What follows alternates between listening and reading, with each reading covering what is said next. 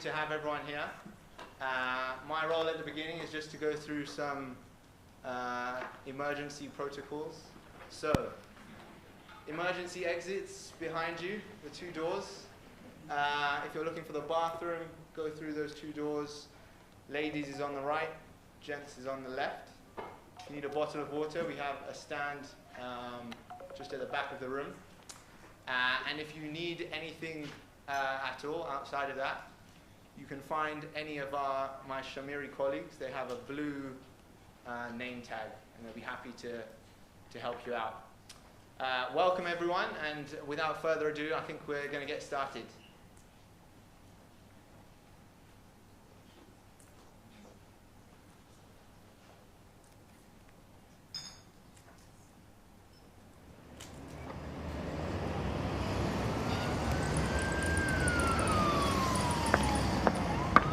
Everything about me is obsessed. Everything about me is obsessed, overworked and stressed.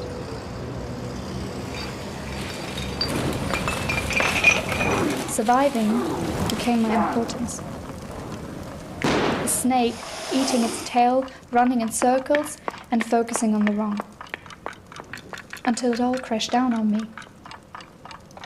I felt like burning and melting and drowning all at the same time.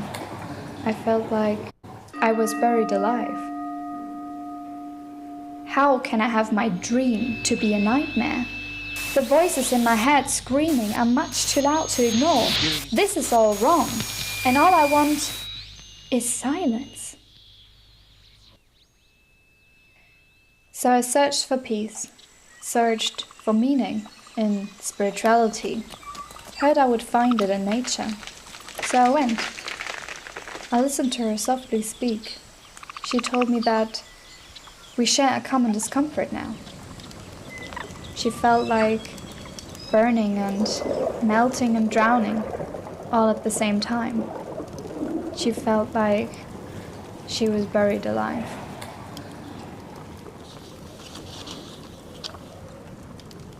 And then it hit me. We lead together. I found my spirit within, found inspiration, burned my heaviness and gave it to the sky. Let my anxiety wash away and float into the earth. Let my heart rise out of the water. Kissed the soil that birthed me, told the moon how I'd care for you. The sun smiled, and I promised to protect you. I promised to listen. Suddenly, I heard my voice growing strong, realizing I was listening to myself all along.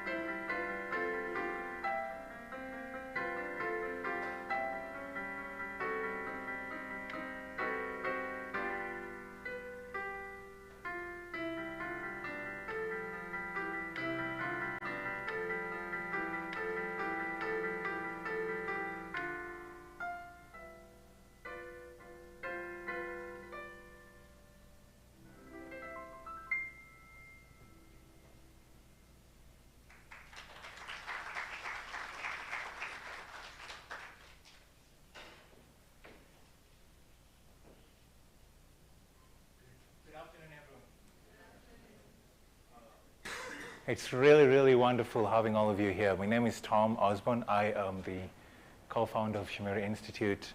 And on behalf of our team, our partners, we just really want to extend a very warm welcome to all of you for this year's Shamiri Summit. So we do this every year. Every year we put together this event, and we try to ask ourselves, some of the really critical questions around human flourishing and well-being. For this year, we're going to be asking ourselves, is life becoming too stressful for all of us? Post-COVID-19, political instability, climate change, inflation, rising cost of living, all of these are questions and challenges that are really affecting how we think about mental health and well-being. And so is life becoming more stressful? And if it is becoming more stressful, what role does community have to play in making life less stressful for us? What type of interventions can we develop and design and scale that can allow us to basically rise to the challenges of this really rapidly increasing and changing world? So today we're going to listen to a series of speakers, and it's going to now catch up on my slides. So we'll be here for 4 hours, and we hope that you will be inspired and motivated after these 4 hours. We'll be listening to a lot of amazing speakers and panelists, including His Excellency the Ambassador, who will be giving us a keynote speech. But we also have speakers from academia, from policy, from practice, and the idea is to really be able to cultivate a dialogue around these issues on well-being and flourishing. In between the speakers, we have 4 really exciting spotlight talks. So these talks have been prepared by Shamirians, so these are some of our research assistants, and they've been really spending time thinking about 4 questions, and they'll spend 5 minutes answering these 4 questions for us, and I just invite you to also really participate in those spotlight talks. And then finally, we'll be doing something which we're really excited about this year. So we surveyed over 17,000 students this year on a lot of issues, from mental health to emerging stresses, etc. And we've put together the first national mental health report for young people. And we'll be sharing it with you at the second part of our time today. At Shamiri, we really pride ourselves at innovating at the frontier. We think that we are building technology innovation that's not just relevant in Kenya, but relevant for around the world. And that's why at the very end, you're going to spend some time sharing with all of you some of the exciting new technologies and innovations that we've been working on across this past year. And I'm really excited for this part of our day. And I hope you'll stay and listen to these innovations. And finally, at 5 p.m., when we wrap up, we will be moving to the atrium until 6:30 for a networking reception. And this will just allow you to be able to meet with other participants, get to network and connect with each other. In the African tradition, you can't go to someone's home and just get started without giving the host a moment to properly and formally welcome you into his building.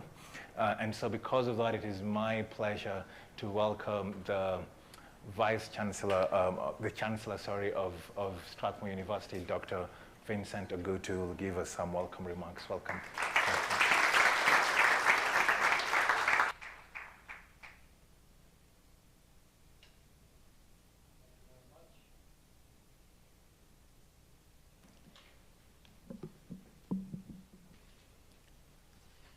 Your Excellency, the French Ambassador to Kenya, Arnaud, Suquet, the CEO of Shamiri Institute, Tom Osborn, the Country Director for AFD, Bertrand Willoquet, distinguished speakers, guests, participants, welcome to Strathmore. This topic is such an amazing topic, and even just the name Shamiri, I know for those of us who are Kenyans, it's a little challenging to use these tough Swahili words, but the word itself is amazing, thriving. And that's what we're here to talk about. We've just come out of COVID, but we're still feeling the effects. And during COVID, we saw all kinds of things happening. And one thing that came to the forefront in the national conversation was mental health. This was something we were already experiencing as a university, among students, among staff. And it got to such a point that the students themselves came up with an initiative that they called the Mental Health Club. So they came up with a way of helping each other. And when they found how successful it was, they decided to go national and to help other universities to found their own mental health clubs. And as a result, in order to make this an issue that is forefront in our minds, we have had a mental health week. We've even held a mental health conference. So mental health is something that we take very seriously at Strathmore. We've now increased the number of psychologists that we have on campus. So we have 2 full-time psychologists, and we have part-time psychologists that come as well. There's a hotline. So people who are in trouble can get help here at Strathmore. Then the students themselves are coming up with mental health champions in different schools and different departments, people you can turn to when you have an issue and you have a problem. And there's so much to learn, and we are learning all the time. We'd like to understand the early warning signals when somebody is in distress. Is it because they start acting strangely? Is it because they stop coming to class? So we're trying to use all the systems possible to capture that early warning and to say so-and-so might be in trouble. And then we're learning even more. Do we then reach out to the parents and say, we haven't seen your son or daughter in 3 weeks, where could they be? Is that the best thing to do? Because that's what we used to do. But then sometimes you realize the problem is at home. And the parent might actually turn to the student and say, where have you been? Why aren't you going to school? I've paid all these fees. And now we have even more problems than we had before. So we've learned a lot. We have to be very careful how we approach it when we suspect somebody is going through issues. How do we approach that person? What's the best conduit? Do we go through their friend? Do we go through their mentor here at the university? Or do we go through the parents? So once we've done our intel and we've figured out this is the best approach, then what do we do? So we're learning as we go along. It is a big issue, and we don't always succeed. Sometimes we come in too late, and this is across the country, so not just with us. But that's just how important it is. That's just an amazing topic that we're covering here today. And then personally, my area of research is the psychology of meaning. So how do people find or construct meaning? At some point, I was so deep into understanding human motivation, and I wanted to go as far as I could. And I was wondering what makes people move in a particular direction or deploy their energies behind a particular vision. What is it that moves them? Is it money? Is it a desire for power and control, for fame, for prestige, for comfort? Is it the hedonic principle? You know, what is it? And as I went deeper into it, and I wanted to know the highest level I could get to, I realized that meaning was such an important motivator for people. And at the highest level of existential meaning is finding your calling. So my PhD was precisely on how people find their callings in the workspace. So how is that whole dynamic working? And one of the things I discovered was a movement called positive psychology. And that relates a lot to the name Shamiri, which is about thriving. Because most people in organizational psychology, or even in clinical and counseling psychology, are working with brokenness. People who are broken, pathology, there's a problem.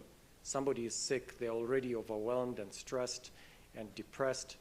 And that's what we deal with. How do we get them to even keel, to a situation where they're fine? And that is what most psychologists and counselors deal with. But there's a dimension that we totally ignore, which is the side of thriving. So not everyone is in a terrible place. Not everyone is suffering pathologically. But that doesn't mean that their lives are brilliant. their lives could be better. And so positive psychologists try to take everyone to a better place. So those who have a sickness, yes, to get you back to normal, but those who consider themselves normal, don't have any major issues, they could get to a better place. They could thrive. You're just living an ordinary life instead of maybe an extraordinary life. Maybe you're okay with your life, but you could be happier. There are things you could do to get to that highest level that the Greeks would call eudaimonia, where you're thriving. You're basically fulfilling yourself to the fullest. So I hope in your conversation today you'll get insights on how to deal with mental health issues, how to deal with brokenness, but I also hope that you will cross the line and go the direction Seligman, who started positive psychology, went. You'll be happy to know we have a positive psychology association of Kenya. I'm a member, a founding member of that association, and we look at how to help people to live a fulfilling life. So I hope today you have your antennae up. You're going to learn as much as you can, both for yourselves, but more importantly, for others. People sometimes ask me, is there a silver bullet to the meaning question? How can I find meaning? How can I create meaning? Is there a magic formula? And I always answer yes. And my summary of the magic formula to finding happiness, to thriving, to finding meaning, is if you can answer the question, what difference does my life make to others, then you've found meaning. So what you have to ask yourself is, how do I help others? How does my life make a difference to others? And it always does. Those who get depressed reach a point where they think their lives mean nothing to others and even to themselves. But if you can answer that question positively, how does my life make a difference? How do the things that I do make a difference? How does my current work make a difference? How does this afternoon make a difference? Then you've found meaning. So welcome to the world of meaning and welcome to the world of thriving. I hope you have a great afternoon. Welcome to Strathmore.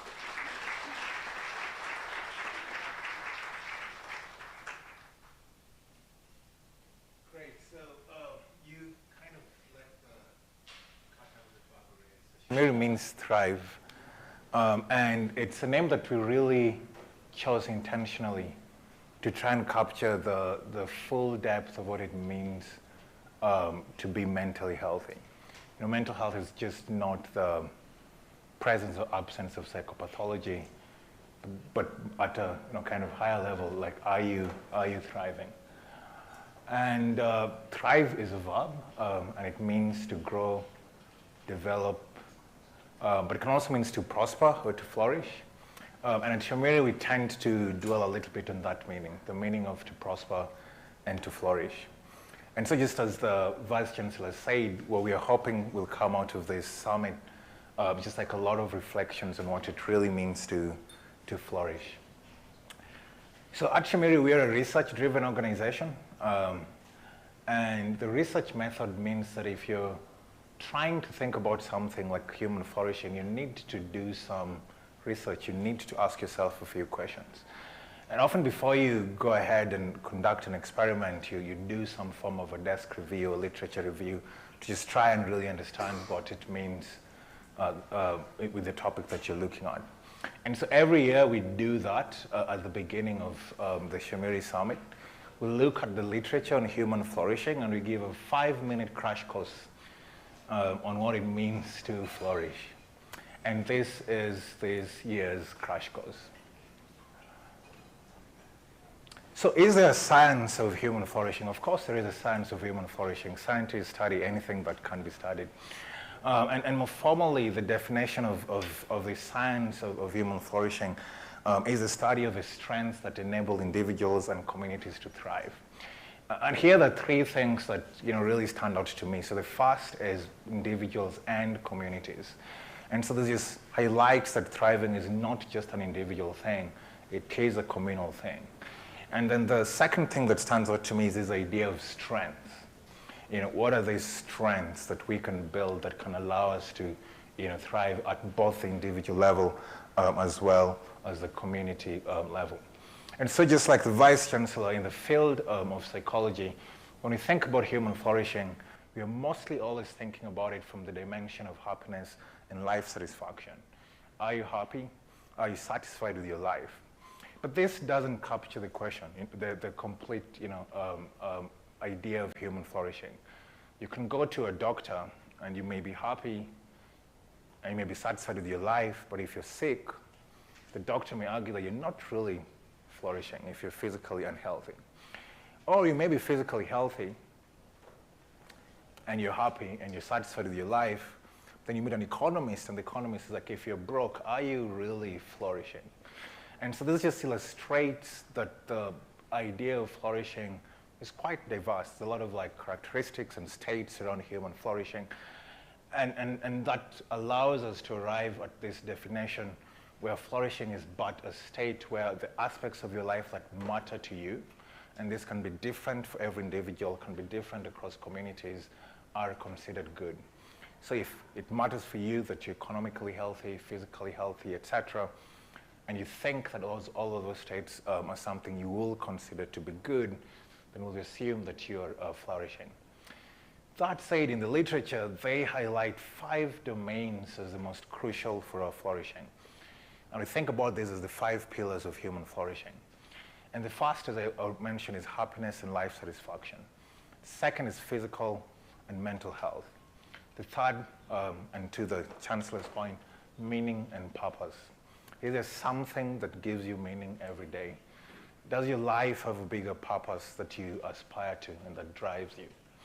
Character and virtue. What are the values that matter to you? And how are you living according to those values? And finally, close social relationships. How are your relationships with your friends, with your family, with your colleagues, with the world around you? And so those are the 5 domains that make us flourish. And those are the 5 domains that the scientists think that if we consider good, we are flourishing. But what we'll be really doing today is we'll be really looking at how can we flourish. How can we flourish? How can we arrive at such a state? And here as well, scientists have given us 4 pathways that can allow us to flourish. The first is family. Family is really important. Family gives us meaning, gives us purpose. Family is the close relationships that matter and are important to us. And so the best way to really try to arrive at this state of flourishing is to really build those family relationships. The second is work. All of us have to work.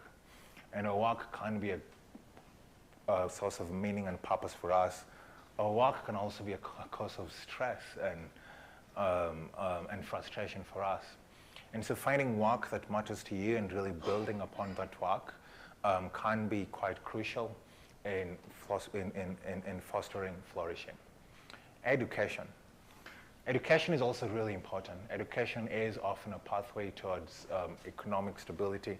Education is often a pathway towards meeting people who eventually become part of your family. And so the more you kind of spend time on your education, we think you're really strengthening these pathways towards flourishing. And finally, religious life. Most of us, if not all of us, are part of some form of a religious community. And these communities also really build social relationships, really give us meaning and purpose, really allow us to build the characters and the virtues that really allow us to be able to really flourish. And so if we continue strengthening our religious life, strengthening our education, work, and family, then we're getting really close to human flourishing. And that is this year's crash course on the science of human flourishing. And it gives me great pleasure to welcome back the Chancellor, who will invite our keynote speaker.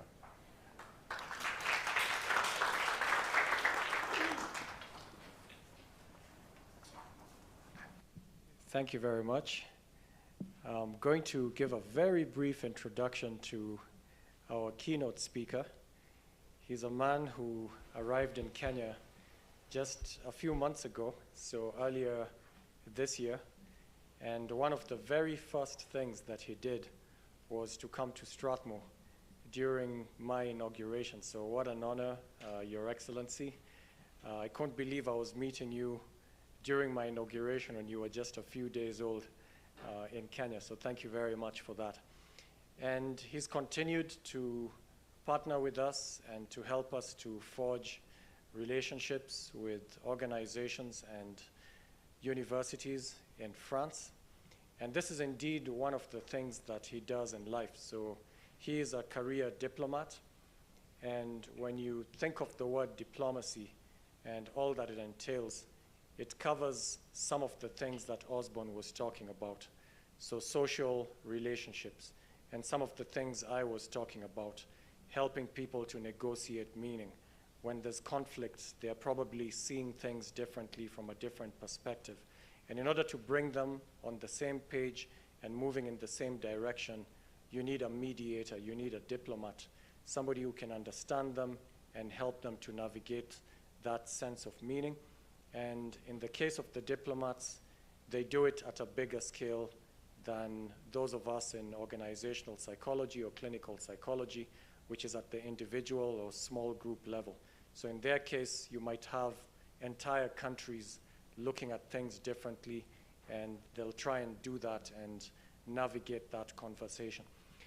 He is also known as one of the coolest ambassadors.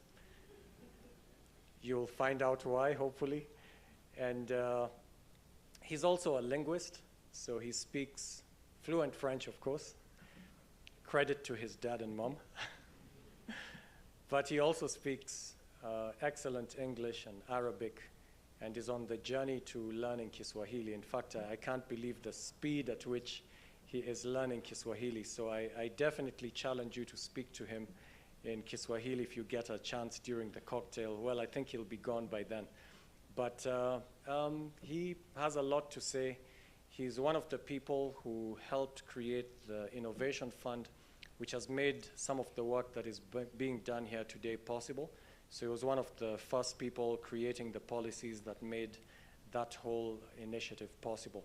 So I very much look forward to hearing what His Excellency Arnaud Suquet is going to tell us right now. So Balozi, karibu sana.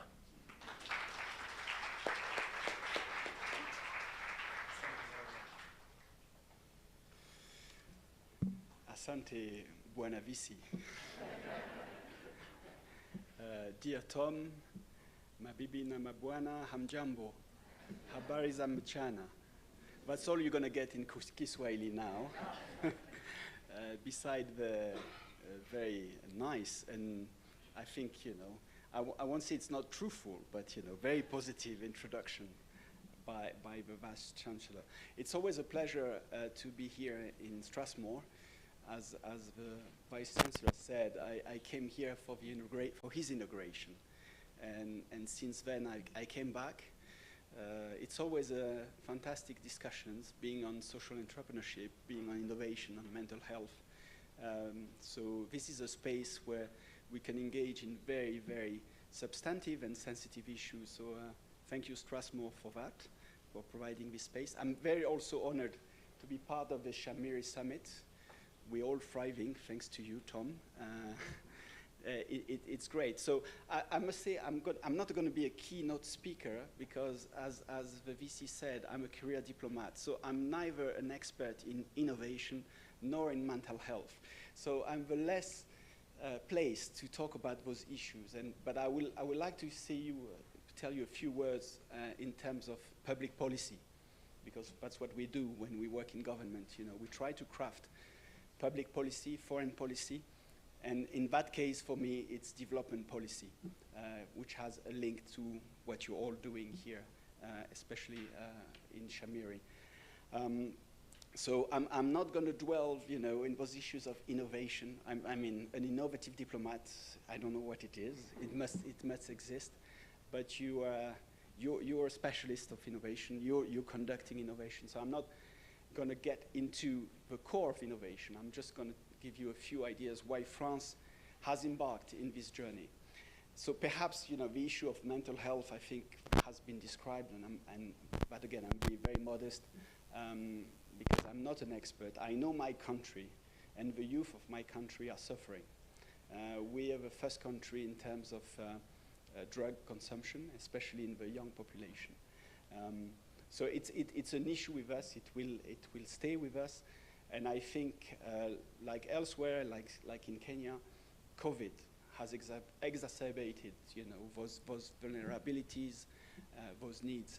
And I'm myself a father of 2 daughters, and having 2 daughters being school at home for 2 years was a real challenge.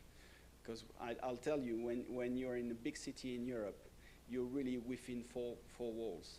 There's no park, there's nothing. So you feel the need to go out, and then you cannot go. So it's been an impact.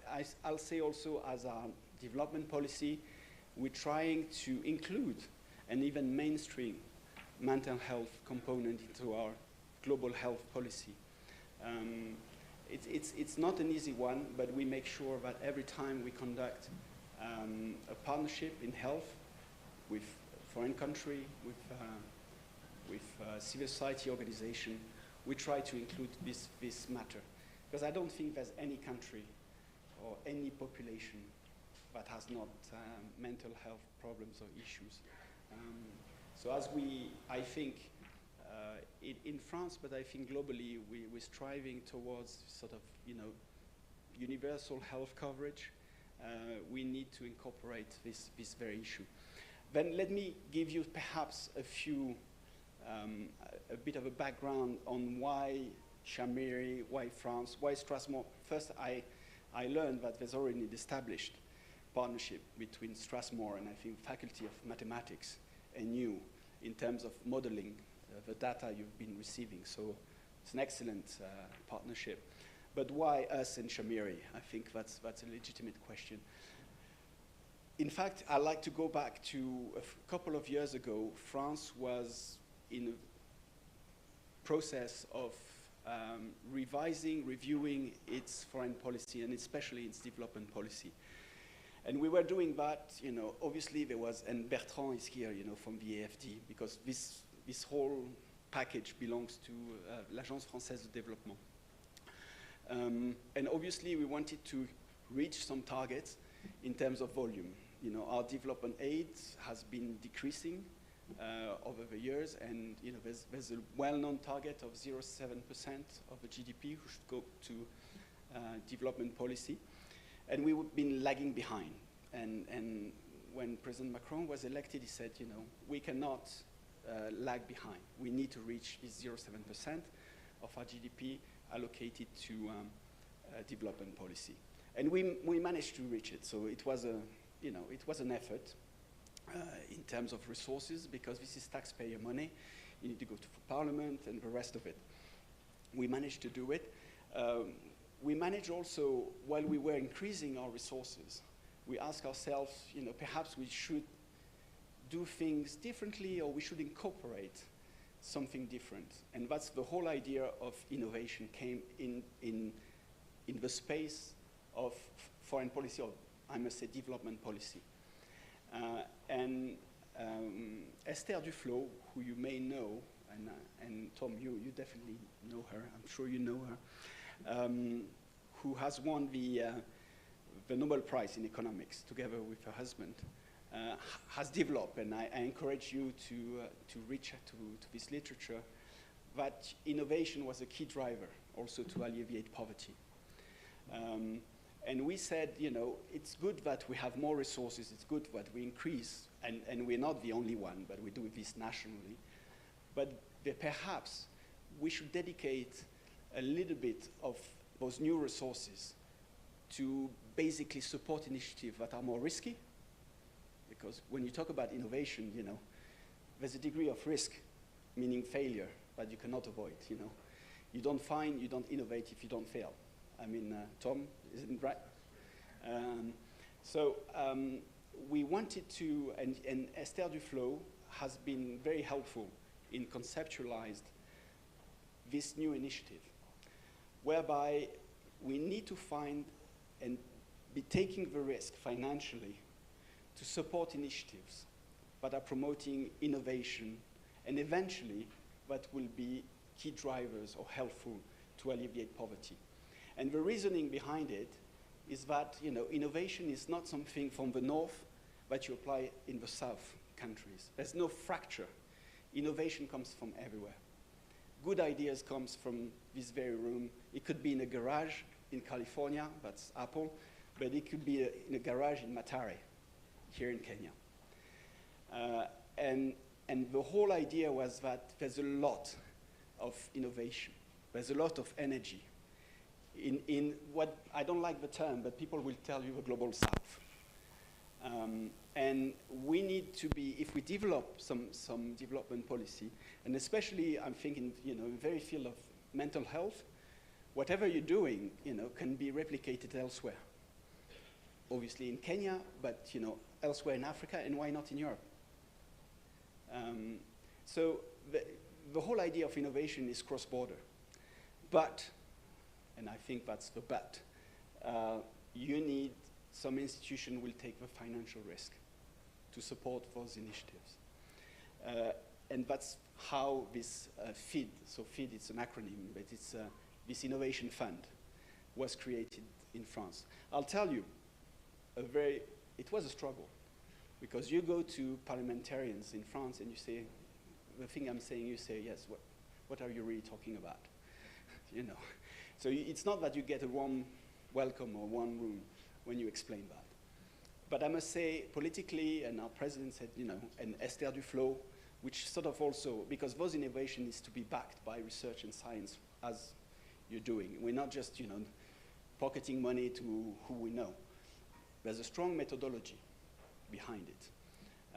Esther Duflo has been working and developing, this concept in India. And I think it's there.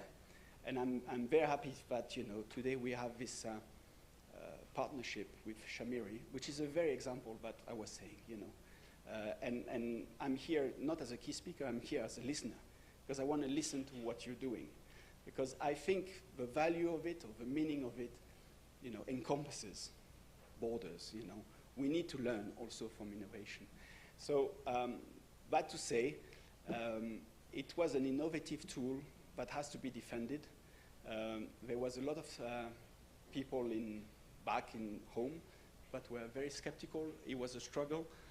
And I'm very happy that, beside being a concept, we have innovation on the ground being delivered. So I'll just stop here. Asanteni sana.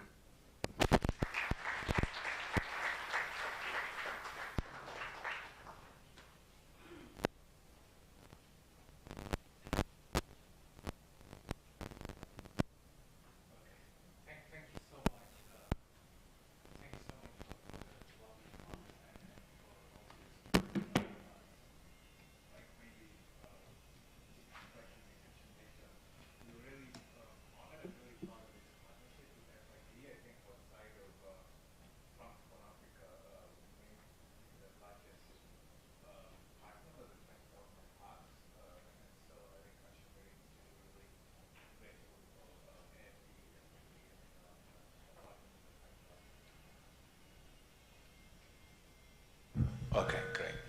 Cool. So one of the things we are going to be doing today is listen to a few research spotlight talks. And as I was mentioning earlier, we have a few researchers at Shamiri who have really spent a lot of time trying to think about 4 very particular topics and trying to put together 5-minute quick presentations that can help us really dive into these topics. And so we're going to do this in 2 sections. So the first section will happen now, and the second section will happen after our panel discussion. So the first section is all about community. And here are the 2 main questions that we are asking ourselves. So Kenya and most African countries are inherently collectivist communities. Your communities that are very communal, But we are finding ourselves living in a world that is, as the world is quote unquote modernizing, a world that is becoming more individual, where we are spending more and more time in digital spaces. We are moving from our homes in the villages to cities. And how does this really affect our mental health? And the second is also just digital spaces, as I mentioned, social media, for example, from WhatsApp to Instagram to Facebook. How does this really, kind of affect the mental health of young people? And so I have two lovely colleagues who are going to come on stage. Herman will be the first of them, and he'll be talking about community versus individualism. Welcome, Herman.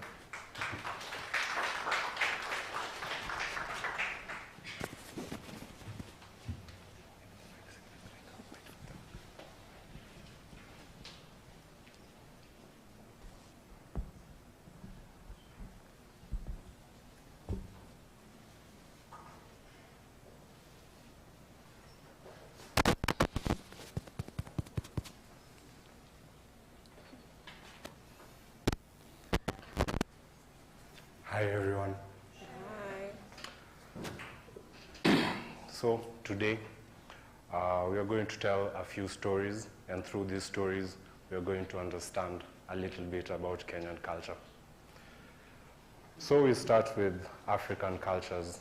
In Kenya, like in many other African countries, our story starts with this philosophy of Ubuntu, a philosophy where I am because we are. This collectivist philosophy that is deeply rooted in many of our cultures ensures that our societies are built in a collectivist way, and because of this, they shape our societies, they shape how we build meaning, and they shape the mental health of our youth. In Kenya, this spirit of Harambee is deeply rooted in almost all cultures in our country. This unwritten law of generosity ensures that our family ties and social support are not just cultural values that we hold, but they are lifelines to us during times of need. It is not too difficult to imagine a Kenyan family that celebrates their wins and cries about their pitfalls as a community. Recently, in the news, we saw high-achieving KCSE students celebrating their wins as a family, and they're celebrating their wins atop the shoulders of their uncles, their aunties, their mothers, with their cousins, neighbors, brothers, and many more celebrating them behind them. When I was in high school, I had issues with my Kiswahili results. My sisters took their time to oversee all the extra assignments assigned to me by Mr. Francis, my Kiswahili teacher at the time. Still in high school, I remember as we were preparing for our final biology exam, my friends Joshua and Trevor sat with me in our tiny cubicle discussing how the human skeleton works and the adaptations of the human eye. On the day of the exam, these questions were missing from the question paper. But this story of social support is common across many Kenyan schools. In our survey, we observed that students rate highly the kind of social support that they receive from their friends and their family. And crucially, this social support seems to buffer them against the effects of both depression and anxiety. Better social support is essential for better mental health of our youth. Sadly though, not all stories are as happy as mine. Take the case of Juma, for example.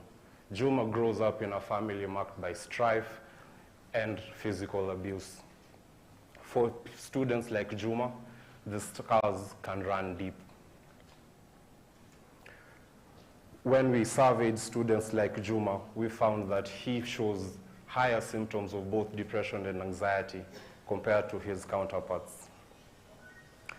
Issues like the negative effects of divorce, physical abuse, and emotional neglect have detrimental effect on the mental health of our youth. Family is the base of our societies. We contrast the story of Juma with the story of Amina. Amina enjoys a beautiful relationship with her family. Her parents were with her during her wins and her pitfalls. Amina showed reduced symptoms of both depression and anxiety compared to her students, to her counterparts who grew up in less stable societies. This tells us that family stability is a key element of good youth mental health. And crucially, family stability seems to buffer against both depression and anxiety.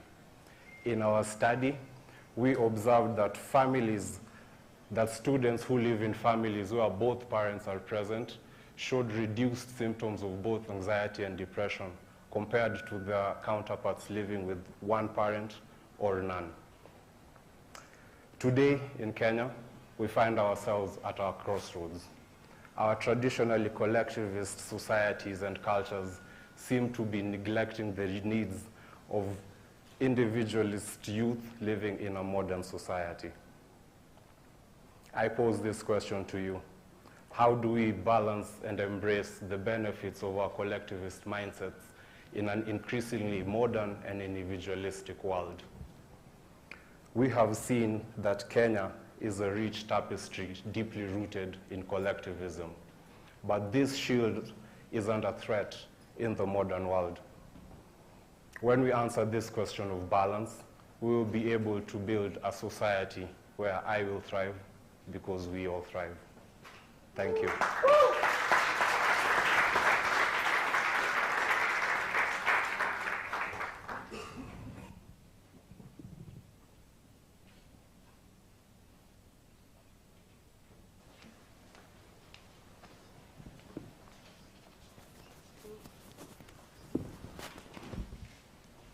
Good afternoon, everyone.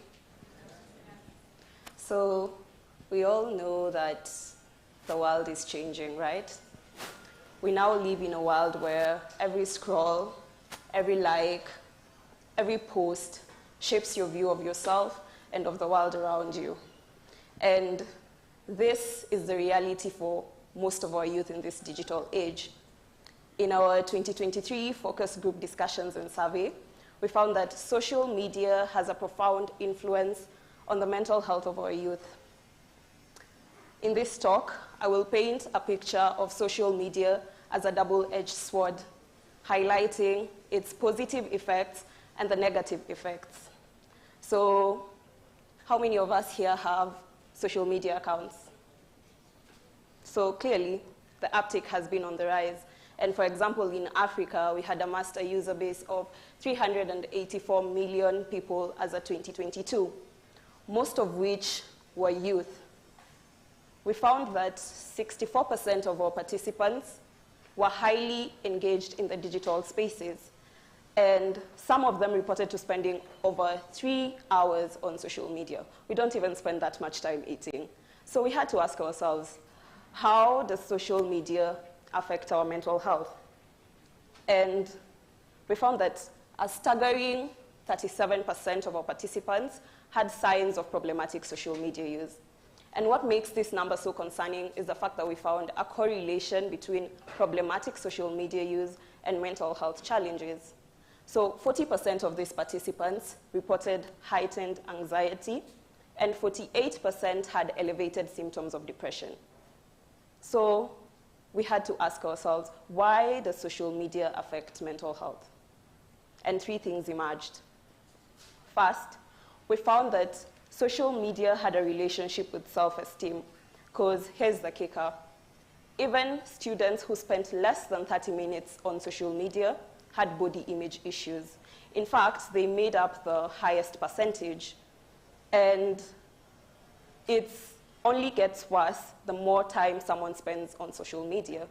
Excessive use has been linked to heightened self-comparison.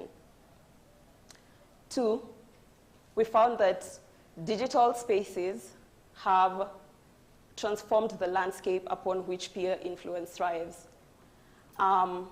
Youth are now expressing the same sentiment over and over, that they're struggling to fit in the finance and social status of their fellow peers. Social media is now the new battlefield for self-identity, validation through a quest of likes and shares. 3, and most importantly, we realized that it is not only the quantity of time that someone spends on social media that matters, but the quality of the interactions as well.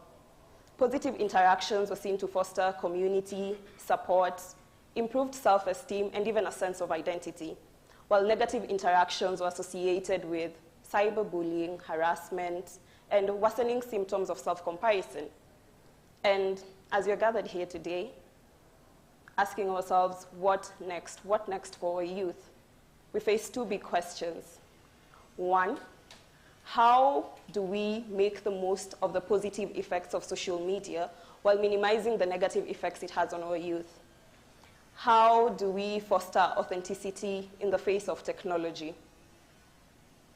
We need to create a safe space, a healthier space, where we have redefined our standards, our successes, away from social media metrics, so that more generations to come will be able to thrive. Thank you.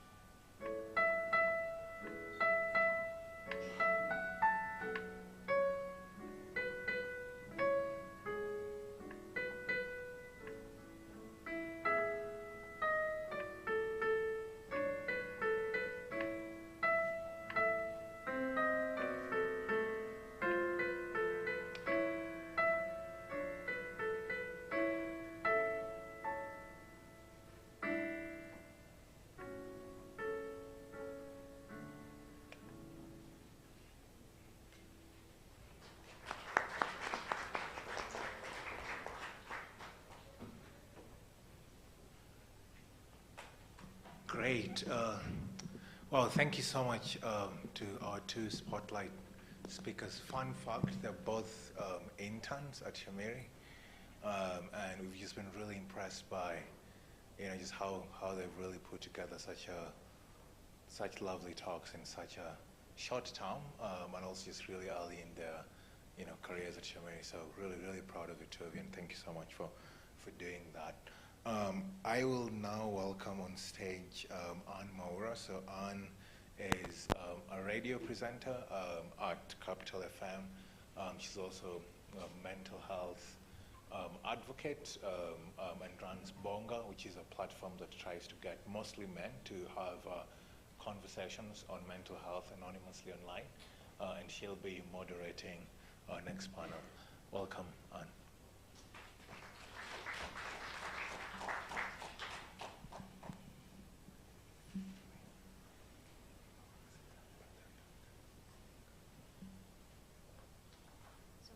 Hi everybody, how's everyone doing?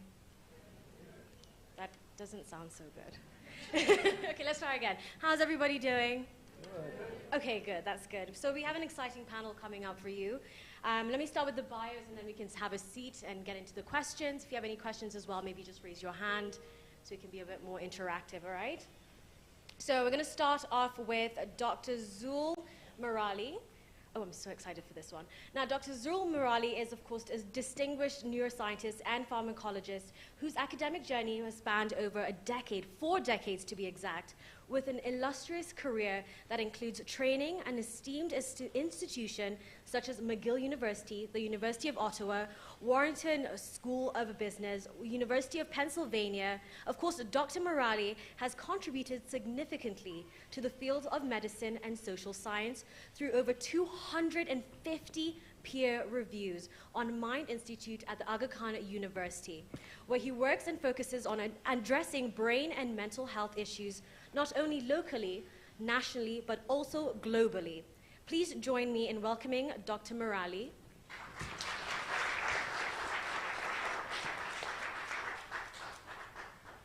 Next, we have Paul Wang, now a core team member of the agency fund, joining us from Nairobi, Kenya.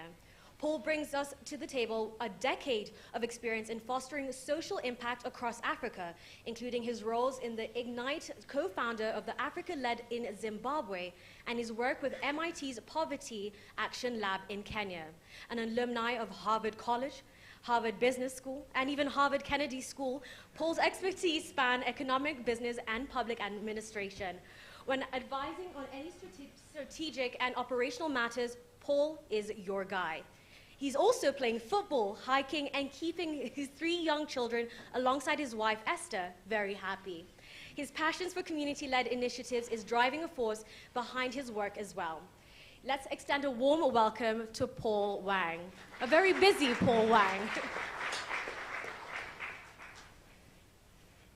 And last but not least, we have Stella Warungure. I hope I said your name right. Now, joining us on the panel is Stella. She is an esteemed head of mental health and substance use program in the Nairobi County Directorate of Health.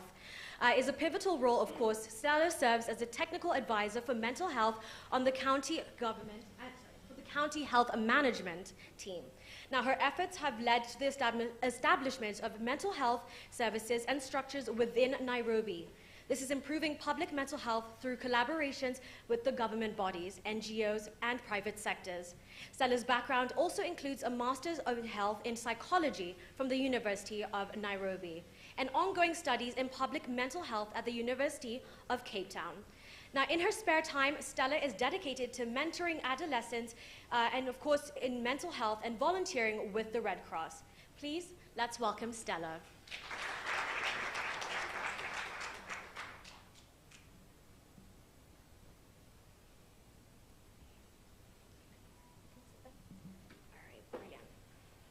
So I want to start off with Dr. Mwaura. Now, with your extensive background in neuroscience and pharmacology, how do you perceive the current rise in stress levels among young people, especially in Africa? And how are we addressing these issues? Yeah, that's a very good question. And that's a question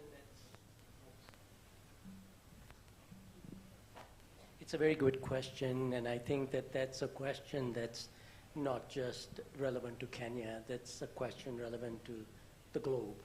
And we have seen, especially post-COVID, a significant rise in depression and anxiety in young people. And this is everywhere. And so I think to begin to understand why this is happening is a mystery. But there are a few very common issues that we can clearly identify. One is that, you know, we talked about thriving and the sense of belonging.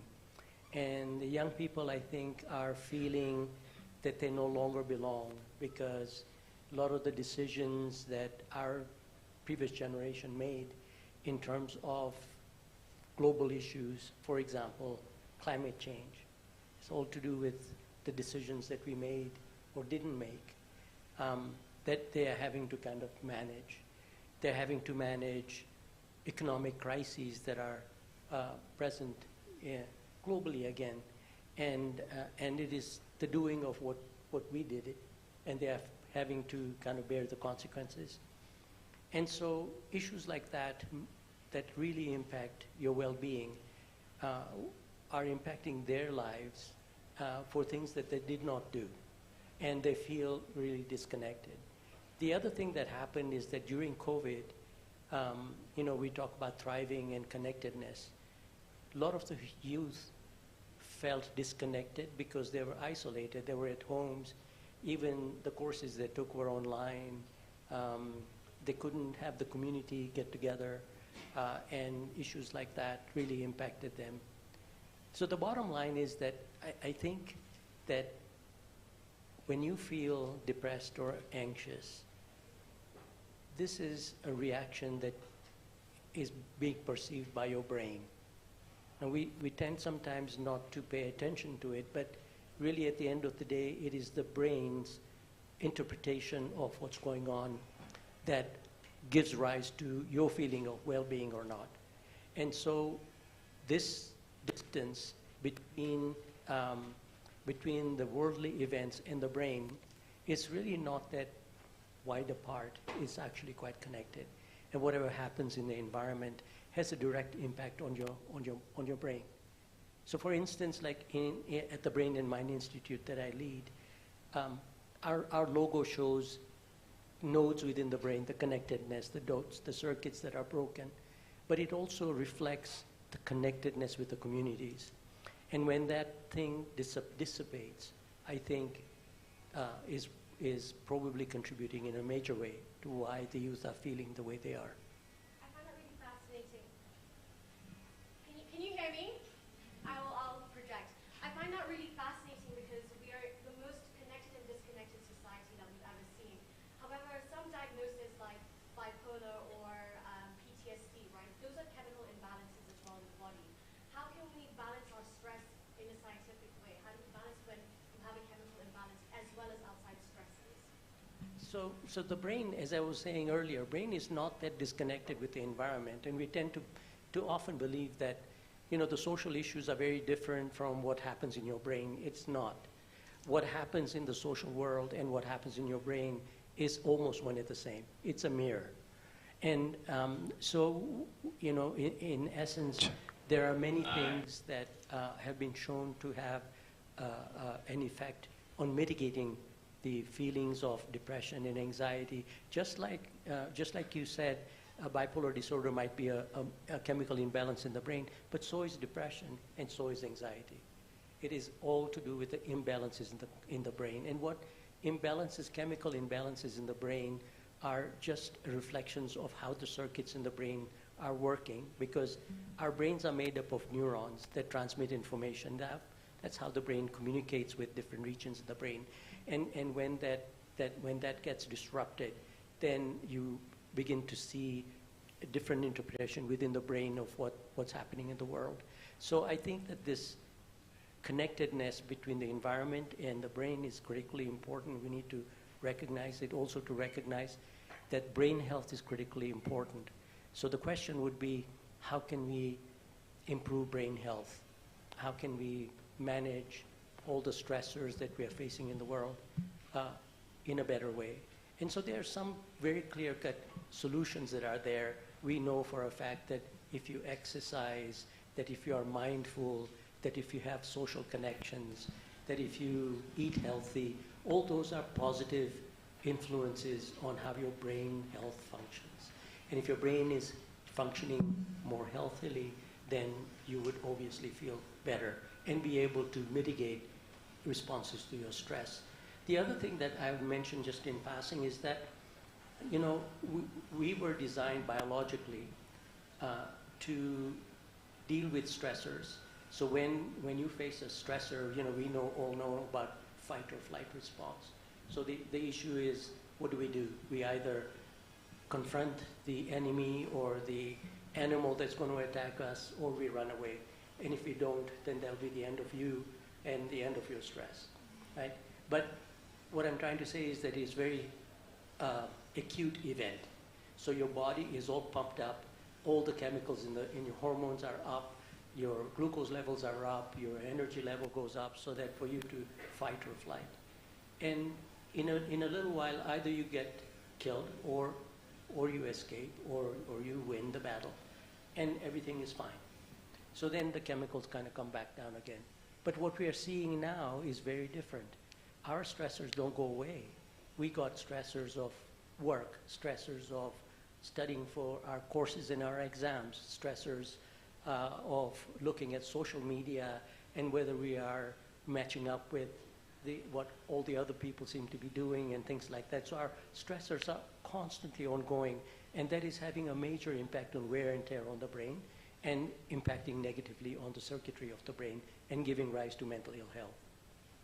When it comes to these stresses, I know a lot of people, especially the youth, would rather self-medicate or get medication to numb this. But I want to know from you, what are emerging neuroscientific approaches do you believe are holding promise that we have a better future when it comes to our mental health? So absolutely, as we are learning, and this is a good connection between what we started out the conference talking about thriving, how do you thrive? And how do you, by thriving, it also means how can you be happy with the state that's around you and how you're feeling yourself. All these feelings, by the way, all the perceptions are all happening in your brain. Okay? And so how do you mitigate that? Then again, we come back to the same question, is that we know what can help you feel better. Social connectedness comes over and over again. We have misinterpretation that if you are on a campus, there are thousands of kids there, how can you be alone? But people feel alone. If you ask them, do you feel lonely? And many students will tell you, yes, I feel lonely, I feel disconnected. Similarly, if you look at the larger societies, the same kind of issue. We have not been paying heed to those stressors. But on the flip side of the same coin is that we can be doing things so we can promote social connectedness. It's not that difficult to have those activities within the campuses or within our communities to be thriving in those environments and doing things that we know actually improve your mental well-being, as I was saying, like exercise, healthy eating, adequate sleep. All those types of factors seem common sense, but they're really important. They have a big impact.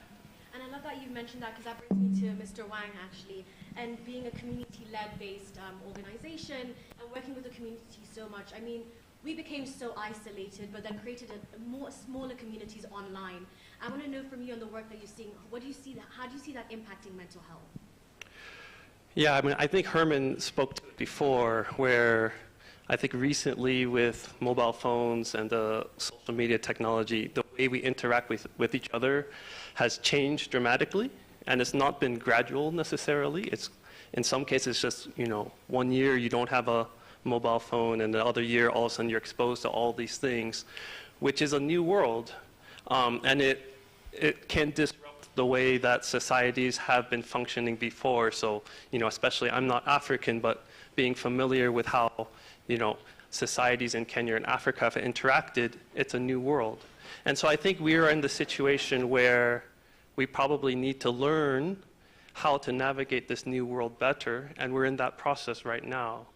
But I think it's very important that we recognize this. I think, a summit like this is very important to raise awareness, and also not shy away from the issue, because the issue of mental health or mental well-being or social connectedness, these can seem a bit kind of gray, like hard to define and then hard to address. But in reality, that doesn't mean, even though it's hard to define or hard to address, or maybe there's not always a one-size-fits-all answer, that doesn't mean that it's not really, really important. So at least that's my perspective to say, I certainly wouldn't call myself an expert, definitely not in this room, but very eager to go along on the journey to figure out, now that we're in this new world, how best can ourselves, our societies, our families, our communities navigate. I love that you mentioned that as well, especially when it comes to online, because you do see misery loves company, and you can see people getting into cultish-like communities online because that misery has connected. So how do you stop someone from falling into that pattern of negativity online? Well, I think there's some things that are well known that are good for mental health in terms of positive social connection, good physical health, and generally like all around healthy behaviors.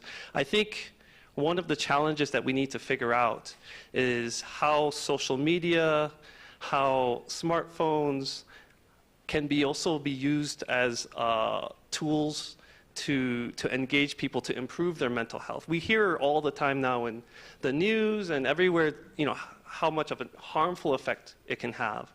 But to what extent can society and individual organizations like Shamiri and governments also use this new world as a way to also bolster mental health. I'll mention a few things which are just broad principles that we can think of. One is it's very cheap now to engage people.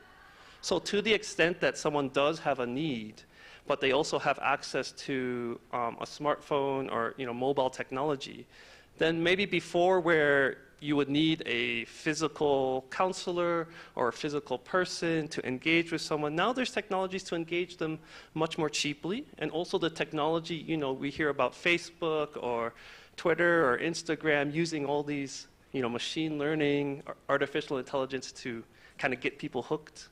Probably not always in the most positive ways. But those capabilities can also be used to tailor the support that we give to people who may have particular needs.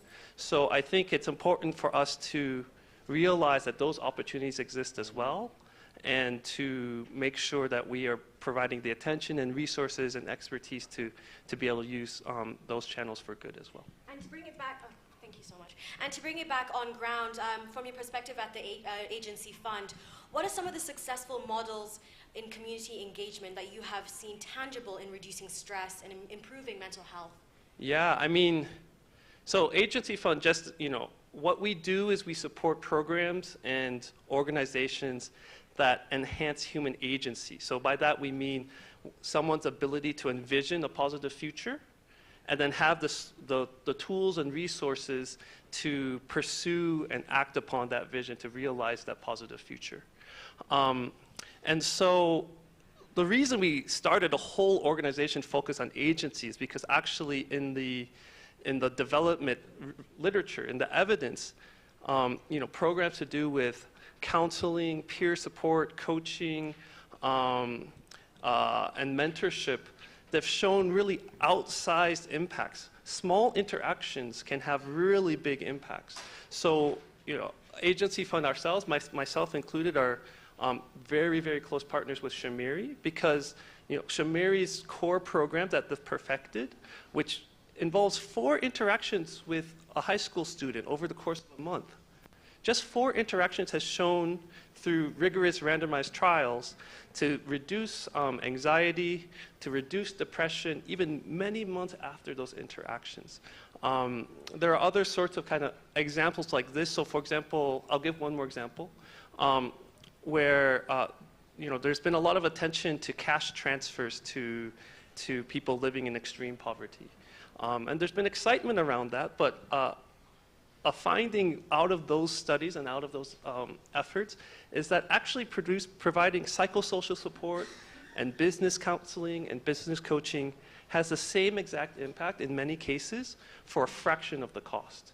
So that's why I'm saying, these things around psychology, I'm not a psychologist, around mental health, they can seem, a bit hard to understand as an outsider. But still engaging with it, even in small ways, can have really big impacts, and we're seeing it in the science. And lastly, to bring it back to technology, AI. On one hand, I see a study saying AI now can detect mental illness and brain patterns as well, and it can also diagnose children with Alzheimer's. It's doing amazing, right, when it comes to the brain. But then on the other hand, AI will take our jobs, and then we'll be even more stressed because we've had a society based on if you're not doing something, then what is going on? So how do you see technology affecting mental health and mental illness in the future? Yeah, well, I can't really speak to AI taking jobs. That's for maybe some sort of other, someone else who has other kinds of expertise. But what I will say is that, it's both scary but an opportunity, like I said before, that AI can almost tailor how someone engages with the world, or maybe with technology or with other people. And that power can be used for, maybe not so positive ends, but also it, just in terms of supporting each other, it can be very powerful just to, if we're able to provide experiences and interactions with people using AI that is efficient, cheap, fast, but also powerful, or also positive, to support their mental health and their overall well-being and flourishing. Perfect. And now let's move over to Miss bestseller. Now, drawing from over a decade of experience in psychotherapy and health management, I wanted to know from you, what are the trends that you're seeing, especially in Nairobi youth, when it comes to mental health and taking care of their mental health? Thank you so much. I think I'll talk about the trends in two prongs. Number one, as a county and where I sit, I see on the one side, these youths who are very, look at the youths who are seated here, who are taking charge of their mental health. I see quite a number of youth-led organizations, and that one melts my heart. We have a Nairobi County Youth Advisory Council that is led by youth people. They're talking about reproductive health, sexual reproductive health. They're talking about mental health. So when I look at my generation, that's a flip, that's a 360. And every time I sit in them in a conference, I tell them, when I was your age, I think the only thing I used to wonder is why the shadow is following me, or my mother would not even let me out of the gate during school holiday. And the first time I was on my own is in college, but I tell them, you're so lucky to go to conferences, listen to us. It's not that there are no people like us. The like of Zur, I remember I heard about a Toli long time ago, and the people. But for them, they have that opportunity. So that is one side of the youth. They are doing proposals. And for me, I think they are liberated. They are exposed. But now on the flip side, we have now the same youths who are growing up at a time where there is recording. Everything is being recorded. For us, the mistakes we did, no one knew the first time I drank, how drunk I was, or how I missed. We don't have our records. But we're growing up with the youths where everything is on social media, so there's a lot of influence. So they want to, just to speak what is happening. You are chasing the social media, how big your back or your front is, the money, the glam. So that's causing a detrimental effect, a very huge impact, negative impact on their mental health. Again, for example, back in Nairobi, Nairobi is a city with the biggest informal settlement. Youth growing up in that informal settlement where there's high rates of poverty, physical and sexual violence, high exposure to, very early exposure to drugs, and a culture where they don't have a culture. And for me, even in mental health, you know how much impact the nexus between mental health and culture. They don't have the culture in terms of how you answer back to your parent. Or me being a mother, there are words I cannot tell my 13-year-old daughter. But you have youths who are growing up and their mother is telling them, at 13-year-old, we cannot be two women in this house. Both of us have to get a living. Where is the 13-year-old getting a living? I bring a man, one for me, one for you, and we make a living. So when you look at those kind of exposure, lastly, the unemployment. So you find we have one that are exposed in terms positively, and the other biggest proportion that are highly predisposed to mental illness. And like, for example, we have a youth-friendly space in Ngaira Health Center where we serve 0 to 24 years. And it's heartbreaking to see the diagnosis we are making in 10-year-old, 13-year-old with severe depression. But again, when you do a profile of these cases, you realize that the family background, the environment, has a big, big influence on their mental wellness. For lack of another word, wanajilea. It's either wanajilea or the parents are pushing so hard to make a living that they don't have a relationship. So those are the two kind of a youth that I would talk about in the current generation and more so in Nairobi. Now, we have a whole society of people then living on survival mode, but they all have access to the internet, which means they have overstimulation as well, which now creates an issue of substance abuse. Because one is trying to cope, one is trying to be numb, one is trying to be cool, one is trying to fit in. Each of them are doing their own thing. I want to know, how do we get more youth involved in substance abuse programs or mental health programs in Kenya? I may not answer it in totality, but when you look at it, I put the responsibility to each, and I always say this, mental health is our own responsibility. I may be the head of mental health in Nairobi, have the best psychiatrists, have the best psychologists, have very good centers, but if you're not talking about prevention and mental wellness, if you're not having values at the family level, I'm just going to post very high data of how many depression, substance use, psychosis we're having. So I think it's a matter of taking this discussion out of the conferences to the homes, to the churches, to the markets. Because I always say, we will be here, we will talk about mental health in conferences, but if we don't agree to take this discussion at the homes, where me as a mother, I remember when I did my parenting classes, one of the take-homes I took, that is about 8 years ago, is when my kids come from school, I ask them, how was your day at school? What did you like? Is there anything that didn't make you happy? What has that done to my children? They have learned how to express their emotion. And my daughter one day told me, Mommy, today I checked myself to therapy. And I was like, okay, you went to therapy? Yeah, why? My big sister bullies me. They're able to be self-aware. What is our role as parents? It's either two kinds of parenting. Either I'm too busy making money, so I substitute my presence with presence. Or I'm pushing to make sure you have dinner, that I don't have time for you. So I don't know how to put it, but it's a very tricky balance. But at the end of the day, because we are seated here talking about internet, talking about technology, is about, lastly, as I conclude, responsibility. When I pick my phone, I remember for me, I had to disconnect TikTok, I had to disconnect Facebook from my phone, because I came to realize it's taking a lot of my time. And again, I'm getting a lot of influence and thinking, so it's about responsibility.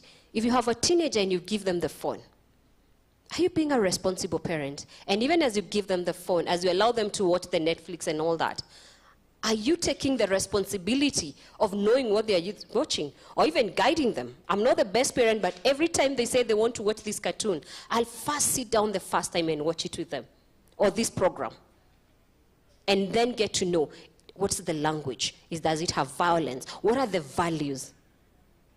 So I think it's a very open, but I think it's asking yourself, we talked about values and meaning. What is your meaning in terms of mental health and the people who are under you, the people who are above you? Yeah. I think there's also so much unlearning to be done. I'm going to speak in an African context because let me tell you real quick, Bonga offers free anonymous counseling. Most of our people are male, and we have about 300,000 active users every single month. Now, when we started, I got emails, calls, messages, why are you bringing Western problems here? Why these are not our problems, these aren't African problems, what's wrong with you, so many things.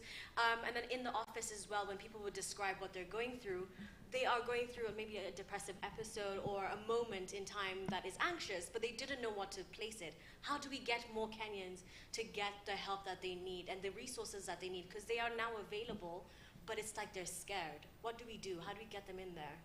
I'll go back again. Being everyone who is seated here, being the advocate. You may not be a mental health expert, but at least do you know where your colleague can seek help? Normalizing seeking help. And I support the online because in my work, I've seen that especially the young people, they like being anonymous the first time. I remember during COVID, we used to do a lot of online counseling, and the numbers were busy. And I used to do a professional work, and I remember these people who would call, the young people would have like 2, 3, 4 sessions. Then they'd like, can I come see you? I really, really want to have a physical. Once they have built that confidence, once you have been able to validate that, yes, so it means I was having depression. It means I'm not a bad person. It means I was sick. Then you're able to, you validate them, and then they're saying, can I come for a physical meeting? So I really appreciate the online. But how many of the youth know where they can get help? How many people know Shamili? Ask yourself, you who are seated here, all of you are here courtesy of Shamili. Outside, we have 6 million population in Nairobi, 50% being the young people. How many know the basics? All the organization, even the toll-free. So as Shamili, what are you doing to make sure that the young people know that they can seek help either online or even as a county, we have 27 facilities that are free. What is your role in helping us as a county make the users know that they may want to come and seek a psychologist, or how much is it to seek a psychiatrist? It's about 4,000. They can come to our facilities for free. So it's about the services are there. Do they know? Your organization is there. Do they know? So it's about us being the advocate, talking about it in the churches, in the mosque, in our base. You know, are we always talking about, yeah, it's okay to feel, I know sometimes you feel like this, hey, if you're not feeling okay, please, this and this, you can seek services here and here and here. Yeah. I'm going to ask this to the end. Yes. Yeah, so I wanted to pick up from what Stella is saying. It's a very important point. And I think that the one thing that we all need to learn is to get away from the stigma of mental ill health. Right now, we have perceptions that if you have mental illness or you have mental ill health, that you're broken, that that you did something wrong, that you weren't religious enough, or the spirits possessed you, or whatever. You know, we have strange ideas. It's because we don't understand what mental illness is. We don't even recognize when somebody is depressed or has anxiety disorders. So really, I think Shamiri is an example where you're beginning to talk to young kids to let them understand what mental illness is. And if they understand that it is something that's going awry in your brain, then you take away all the blame game. You know, they don't tell you just pull up your socks. What are you going to be depressed about? You know, you got family, you got friends, you got a car. Really, I think stigma is our biggest enemy, and we need to kind of alleviate that self-stigma because we are worried about not even want to admit to ourselves, but then stigma in the family, stigma in our society and communities. We've got very derogatory terms about mental ill health, and we have to kind of change the set. What in our small way, what we're doing at the Brain and Mind Institute is we have created a course which is called Mental Health Ambassadorship. So people take a course, they don't need to know, they don't need to have any background. They come in, if they're interested, they take a course. They then begin to learn what does depression look like, what does anxiety look like, what do you do if you encounter somebody that may be having mental illness? How do you respond with empathy rather than being judgmental? I mean, those are the kinds of things that we need to teach the kids very early now. And it's time that we do that, because if people don't know what it is and where to go for help, then they're going to suffer in silence, and it's going to have a big impact on our economy at the end of the day. Because in Kenya, the population median age is like 20 or something, 21. That means half the population is under that age. That's when mental illness starts to emerge. And we need to help our youth very aggressively. And it'll have huge impact not only on them thriving, but our economy is thriving in the future. I'll just say one thing, which is sometimes, I guess you can say you're mentally ill or not, like you're one or the other. Whereas my understanding is many times it's a continuum that we all experience, and then also that we all experience, you know, I personally have experienced times when I've been depressed or highly anxious. And so that it's something that applies to everyone, not maybe just some small subset who are, quote, mentally ill. And I think maybe that's also another way to reduce the stigma, kind of elevate the topic. If we realize that it actually affects everyone, it's normal to go and experience some of these human sensations, and then therefore it's normal to see what you can do about it. Right. I have a general question, and anyone can answer it on the panel, because one thing is I've heard multiple times is mental illness is really expensive, and I've experienced that myself. So just so you know, I was diagnosed with chronic complex PTSD and severe depression. So I have to take medication because with PTSD you have flashbacks, you have night terrors, insomnia, to name a few, loss of appetite, to name a few. So you generally do need medication, but most of the time it's not covered by insurance. So let's say you go find the help, you get the help you need. You can talk till the sun comes up, but you genuinely need medication. What do we do now for the people who can't afford to get the medication that they need?